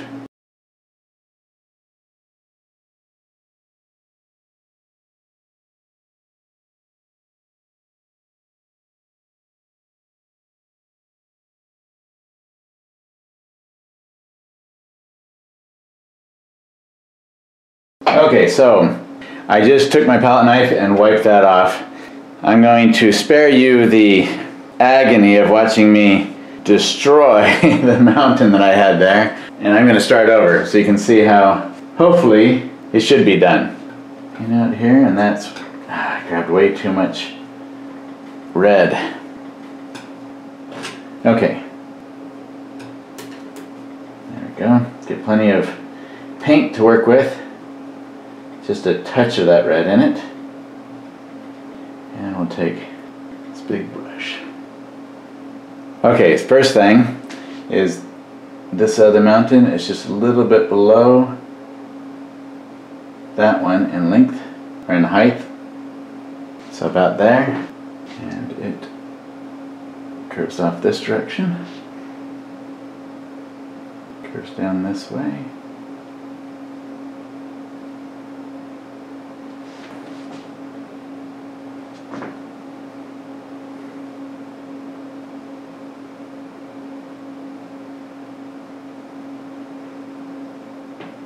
Get enough paint on there to work with, and then I can carve back into it.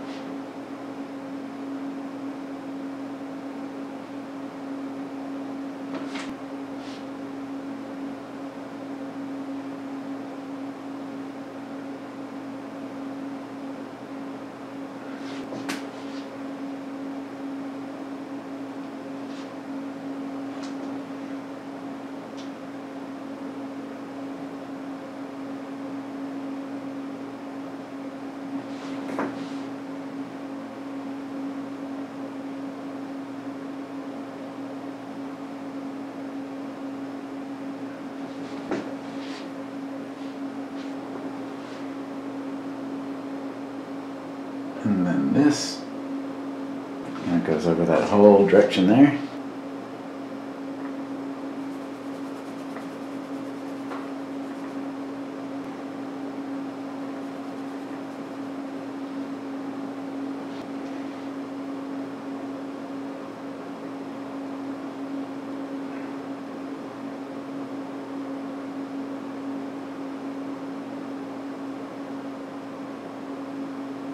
Fan of how dark I have all of this. I get more distance.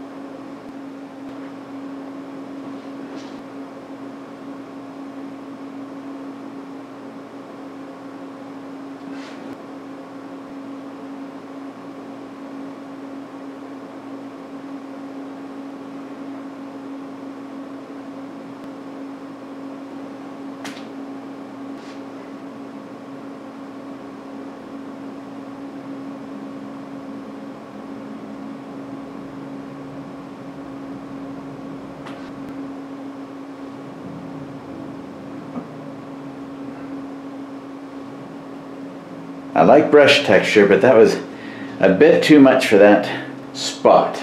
It just drew way too much attention right there.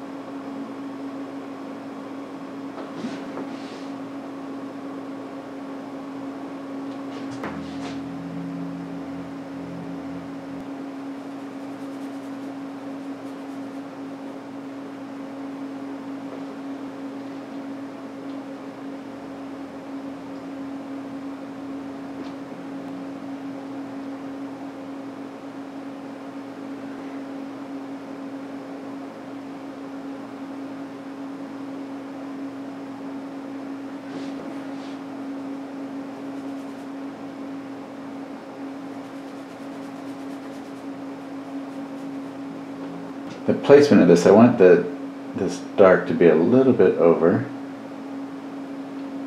I don't want to get a dark right in the middle here. But what I'm going to put in is some of those, I'm going to put some of those bluffs in here. You can see back in the distance.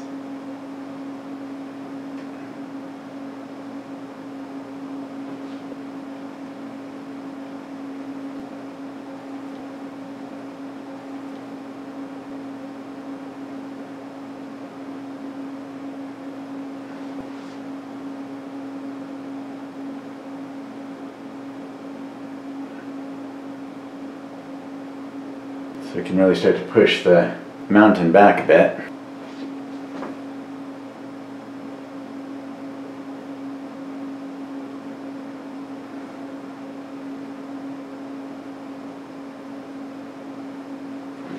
I had it too green before, so now I've added a lot more ultramarine blue to it to help emphasize the distance. So that adds a nice value change, but not so much a color change, and I think that helps to harmonize the bluffs here with the mountain back behind. I need a little bit darker up here.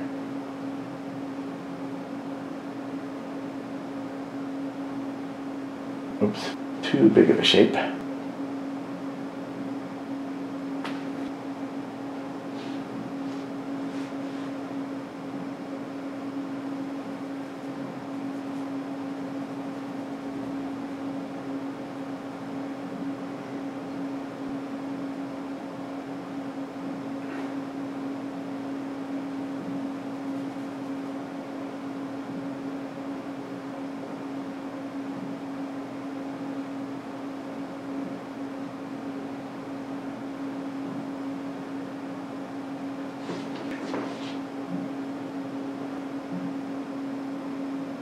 Just a couple little breaks to that, just to, it's not such a straight line across there.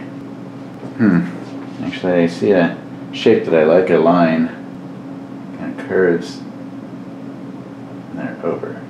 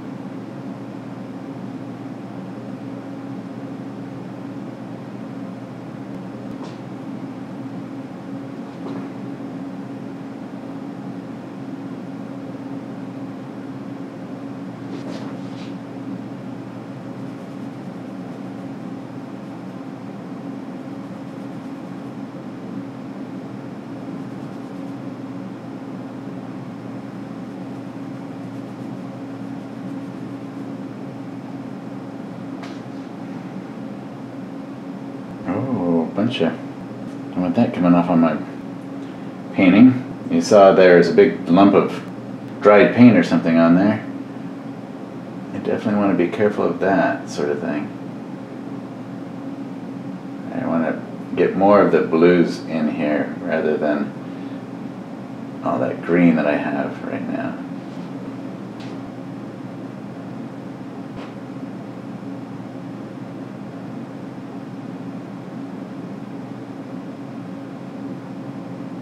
Okay, so now that I've got some of that in there, as I put other colors in, they'll work better rather than having all that green in there. That's helping the mountain and the bluffs to feel much more integrated. Okay, now coming in with some fun little colors to put in there. Let's see, like a house or something back in here, or a building. And really what this is for is just to give breakup of shapes and spaces and to give some contrast change in there. And I can do the same thing with other colors and small little value shifts in there. That one's not too bad.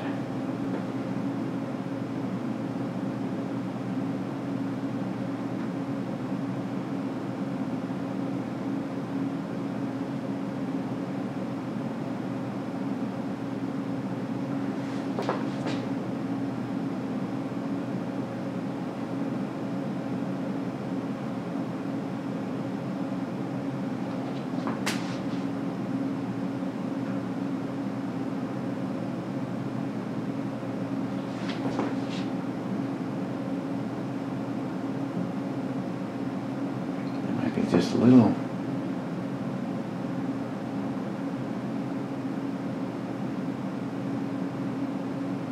Too white.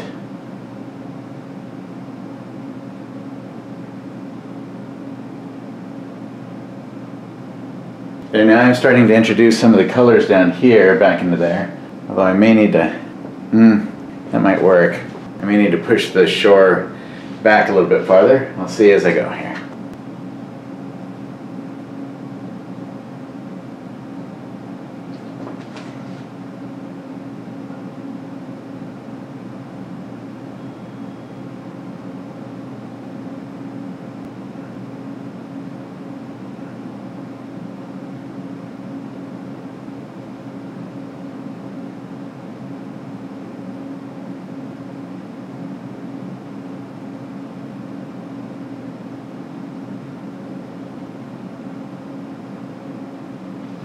I was getting too much of that boom, boom. Don't want that happening in there. Just want the feeling that maybe there are some pine trees or something else back there that are sticking up in the distance, and mainly to bring in something to break up this whole shape here. But I have to watch that I don't get 1, 2, 3, you know, that kind of a pattern. So I need to make sure that this one here, this one here, this one here aren't the same distance in shape that way.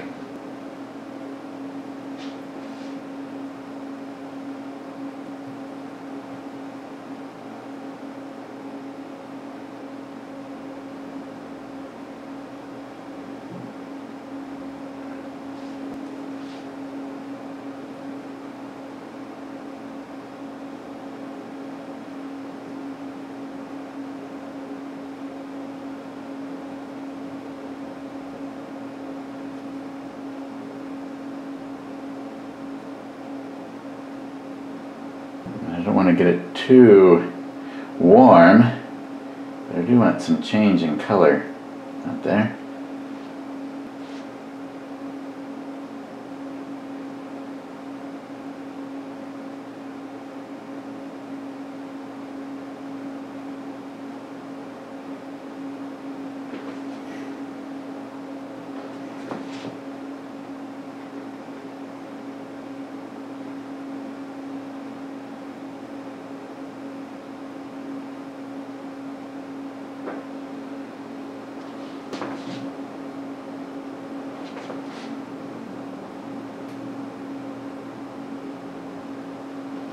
It's too strong, so let's come in.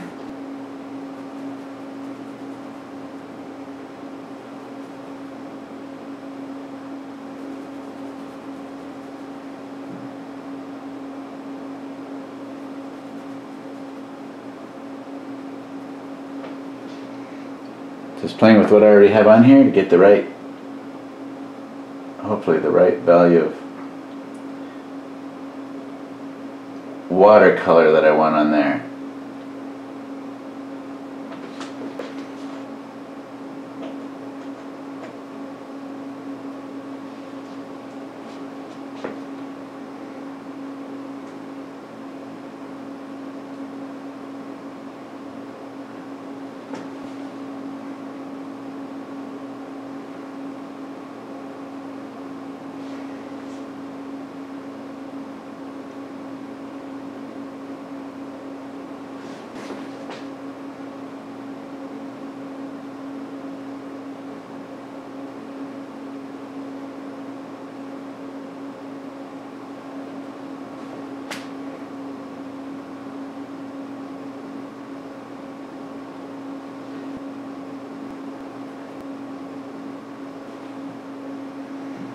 There are a lot of pinyon pines down when I look at photos down near the shoreline.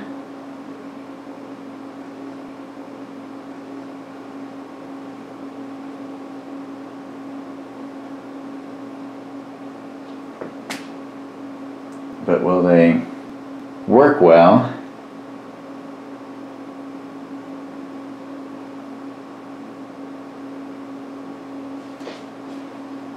Between the water and the shore, or will they just be busy looking?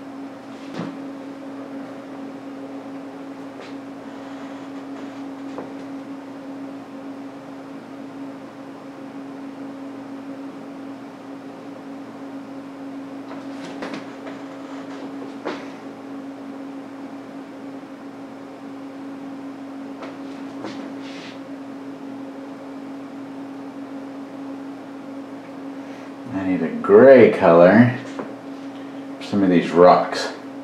Not too gray, but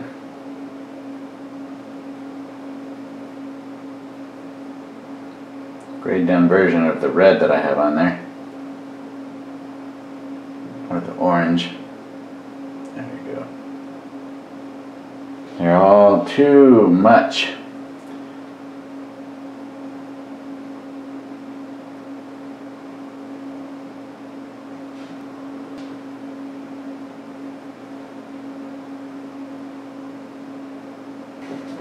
All that cool in the background, you need to bring some of that up into the foreground. That's already feeling a lot better, much more natural.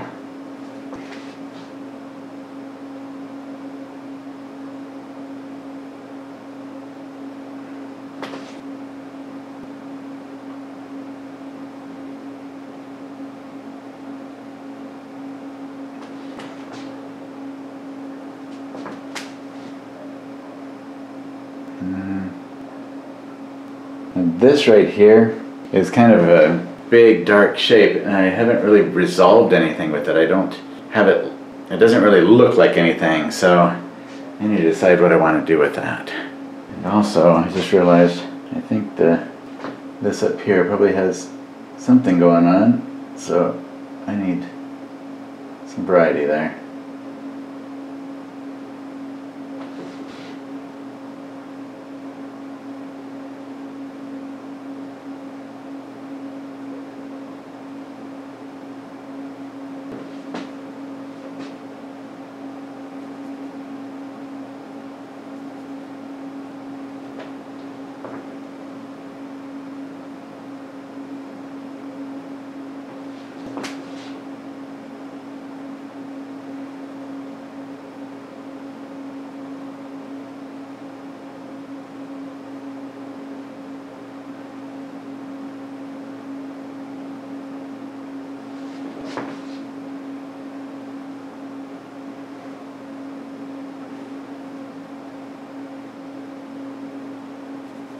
No, I started thinking of the wrong thing here.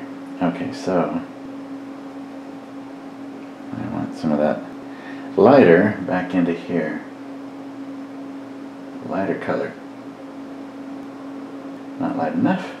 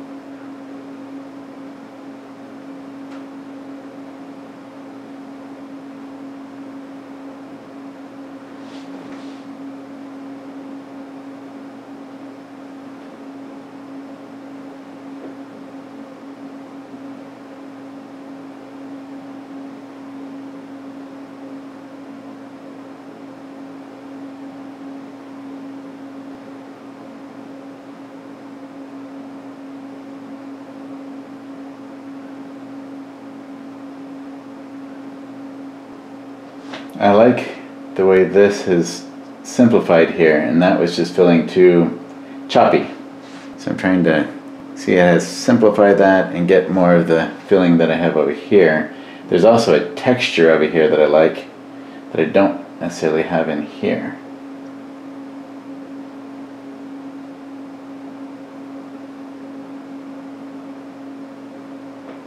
That helps.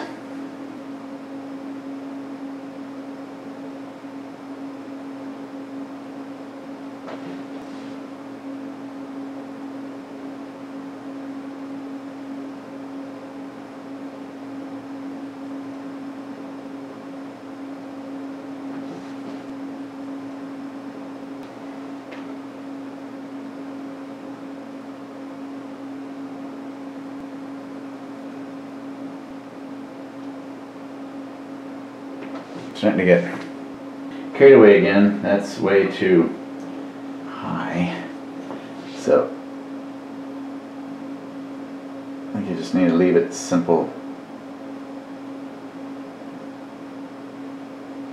So I've been leaving this area because I've been debating between putting in a little tree right here, maybe coming up to here, could come up past it, or pulling the water all the way across and simplifying out this area here. I'm just not sure yet. Alright, I think I'm going to pull the water straight across and see what happens, if I like it or not. How it works with the rocks that I have up here above.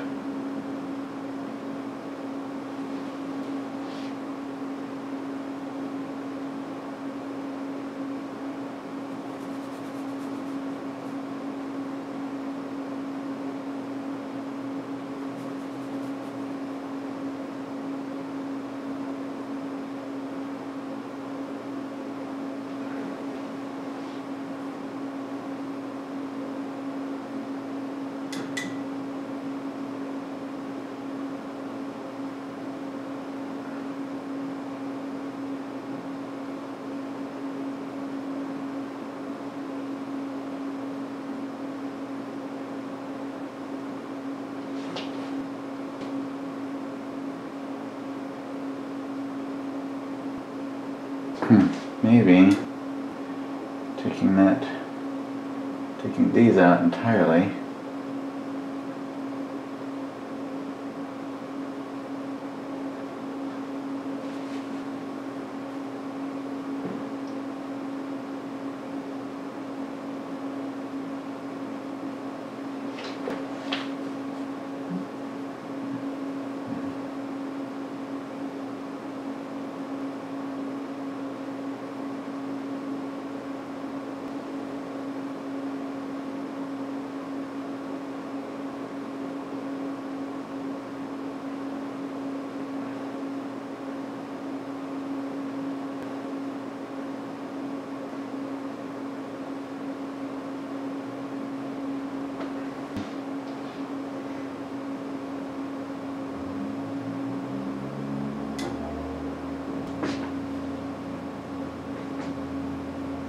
Oh, that was from this weekend. It's already drying up.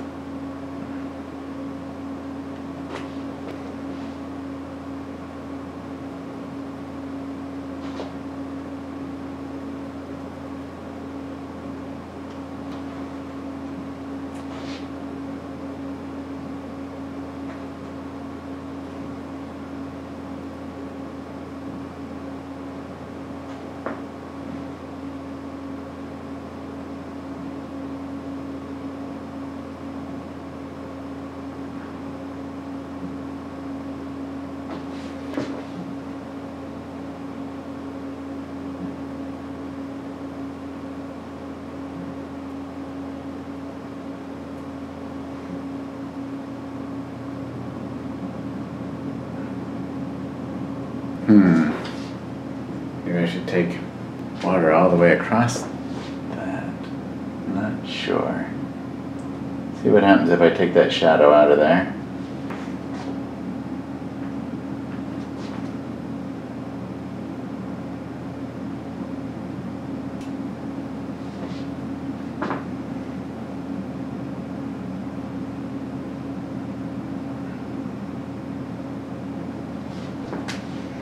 Okay, so now I'm getting the water almost the same size as the shape of the mountain up here. But I don't want to have just a mirror image there as far as the shape goes.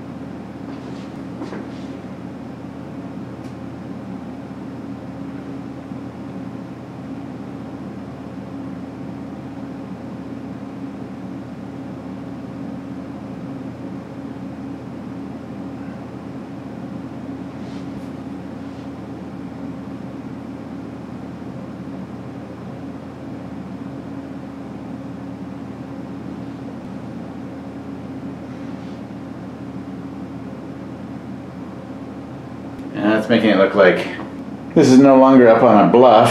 It looks like it's right here at the shoreline. This looks way too close.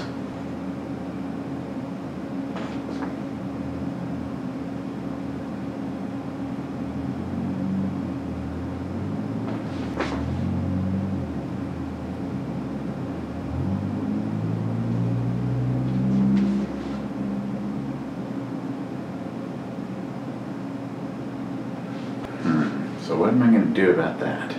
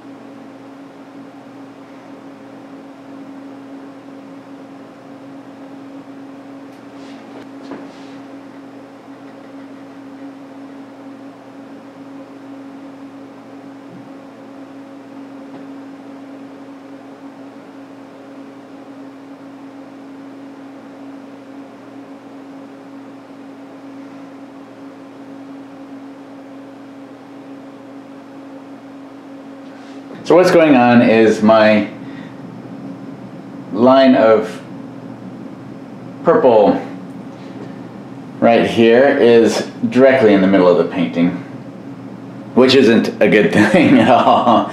It just divides the painting in half.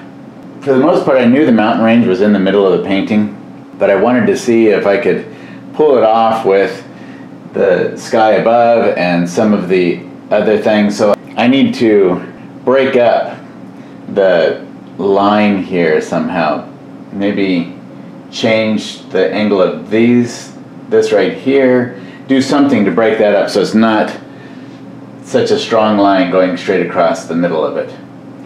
So even if it doesn't necessarily match exactly what's in the painting, I'm going to give it a go anyway and see what we can do with that.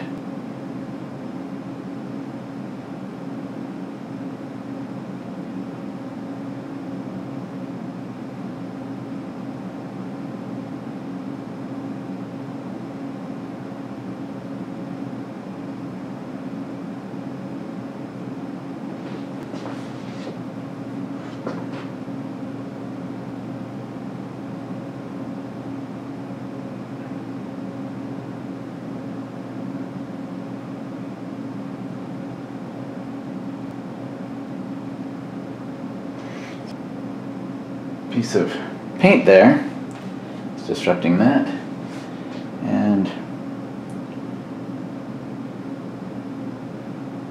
pull that around, change up the angles back there a bit.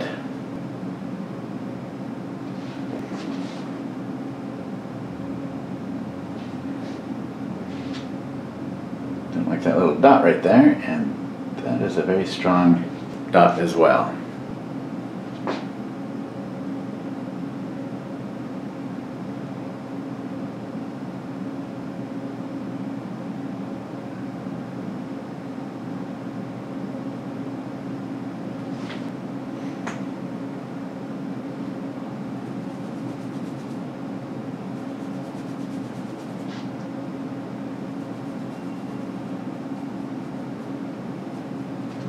Let's see if I pull this right here up a little farther and start to angle all of this down, even if it's not the same as what we have in the image. Maybe it'll disrupt the middle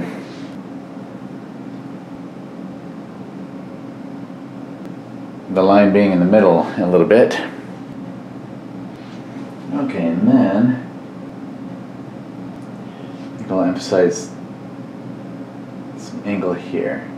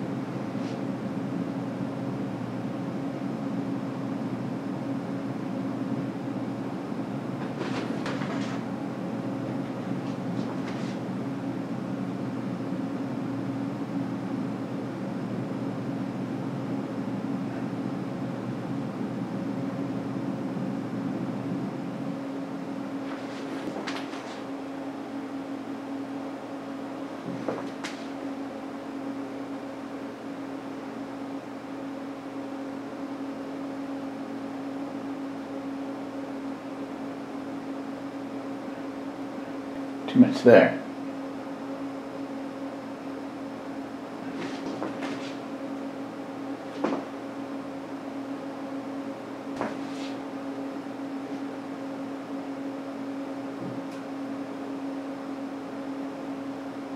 Oops.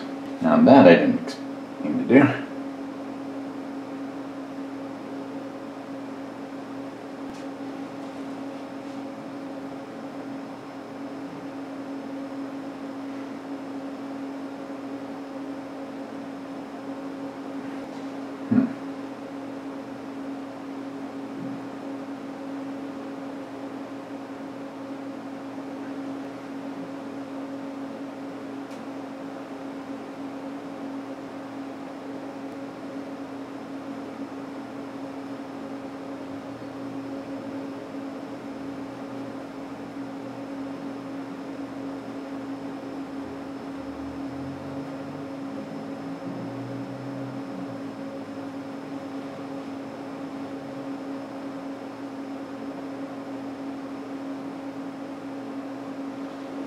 Oh, that's bugging me. Let's see. Come in with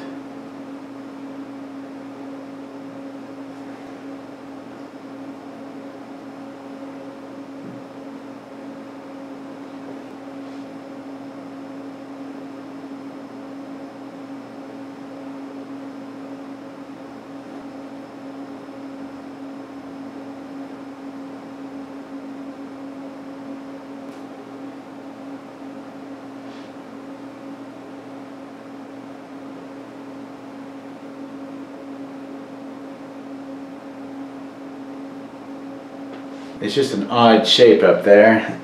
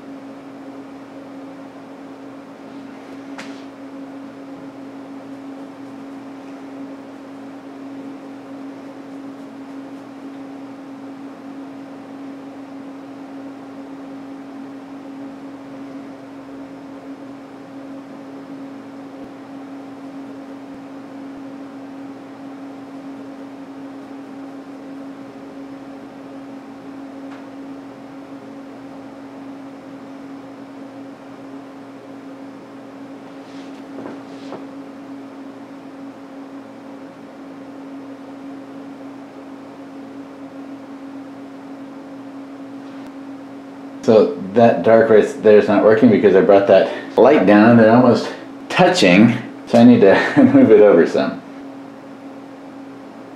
Maybe like here. And then bring in some of this purple like behind it here. And that is like the shape of that being round on top of that just felt it became an obvious shape that is right in the middle there, so it's too strong. And I have to watch these lines here so that they don't create a line that points up into there like that.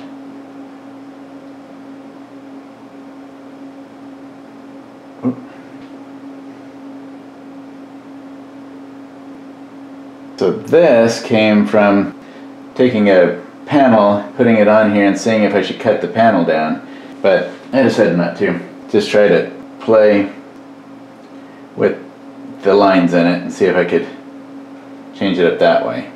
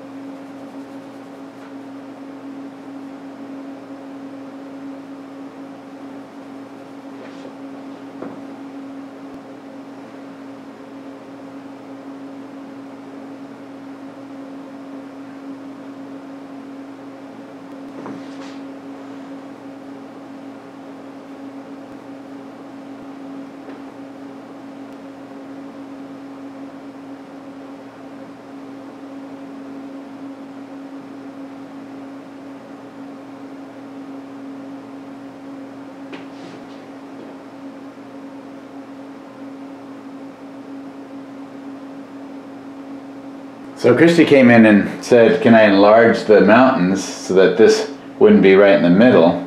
And I didn't want to do that. Start all over again and have to endure watching me do that. And it's a small painting and it'd be better off just to start over if I was going to do that. So I decided to see if I could save it. And I think that might have helped. Instead of enlarging the mountain, I could just enlarge the amount of snow. Bring it down farther so that I get that line farther out of the middle of it, because snow is changeable. Sometimes there's more than other times on mountains, so I could just bring this line down some and maybe that would work. Still maintain the overall essence of it, but change up the lines a bit.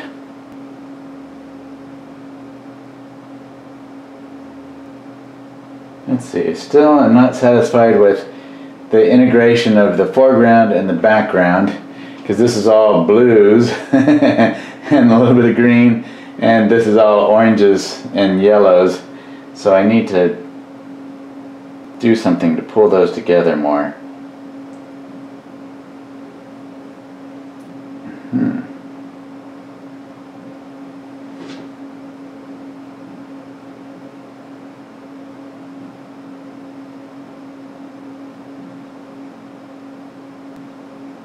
Who's to say we don't have a red-roofed building back there?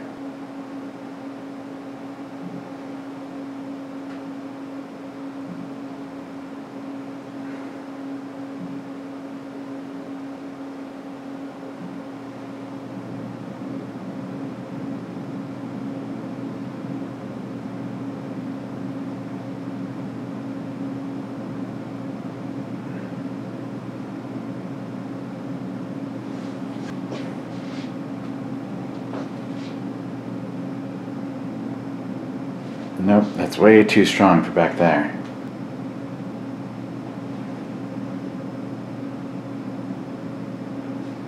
Still want to keep things on the blue side in that area. Let's see, let's take that back.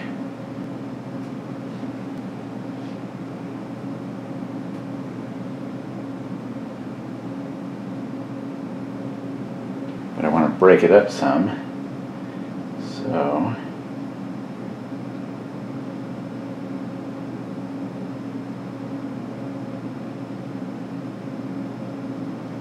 just maybe a little bit of a lavender that's a bit on the red side. See how that does. See if we can break it up that way. Still have it feel natural, as if it's going off into the distance.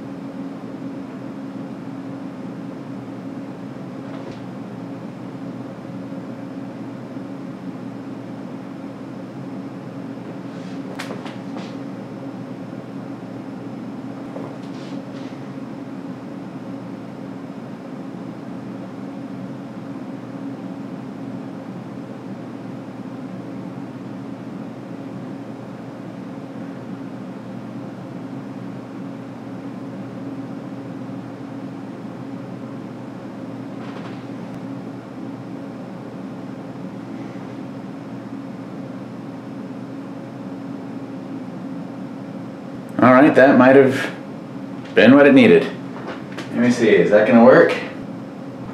Did you see something else?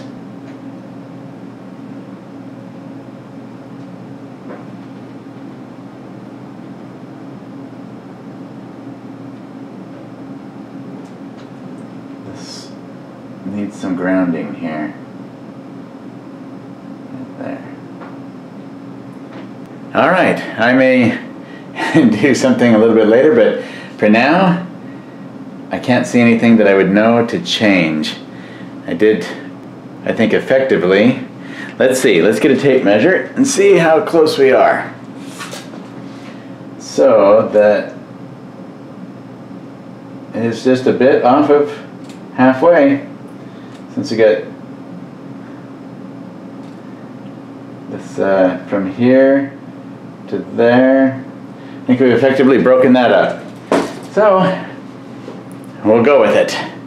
All right, I hope you have a lot of fun with this piece. I know we had a lot of members that participated in the paint together, and that is excellent. This was a beautiful piece that Spike sent to us. A little challenging since the mountain is basically right there in the middle of the picture, but that's what the artist is all about. And that's what our job is to figure out how to make that work. Still, it's a very beautiful photograph that he sent to us. So hopefully I have done it some justice. All right, get out there and paint your own Spanish Peaks masterpiece. Happy painting.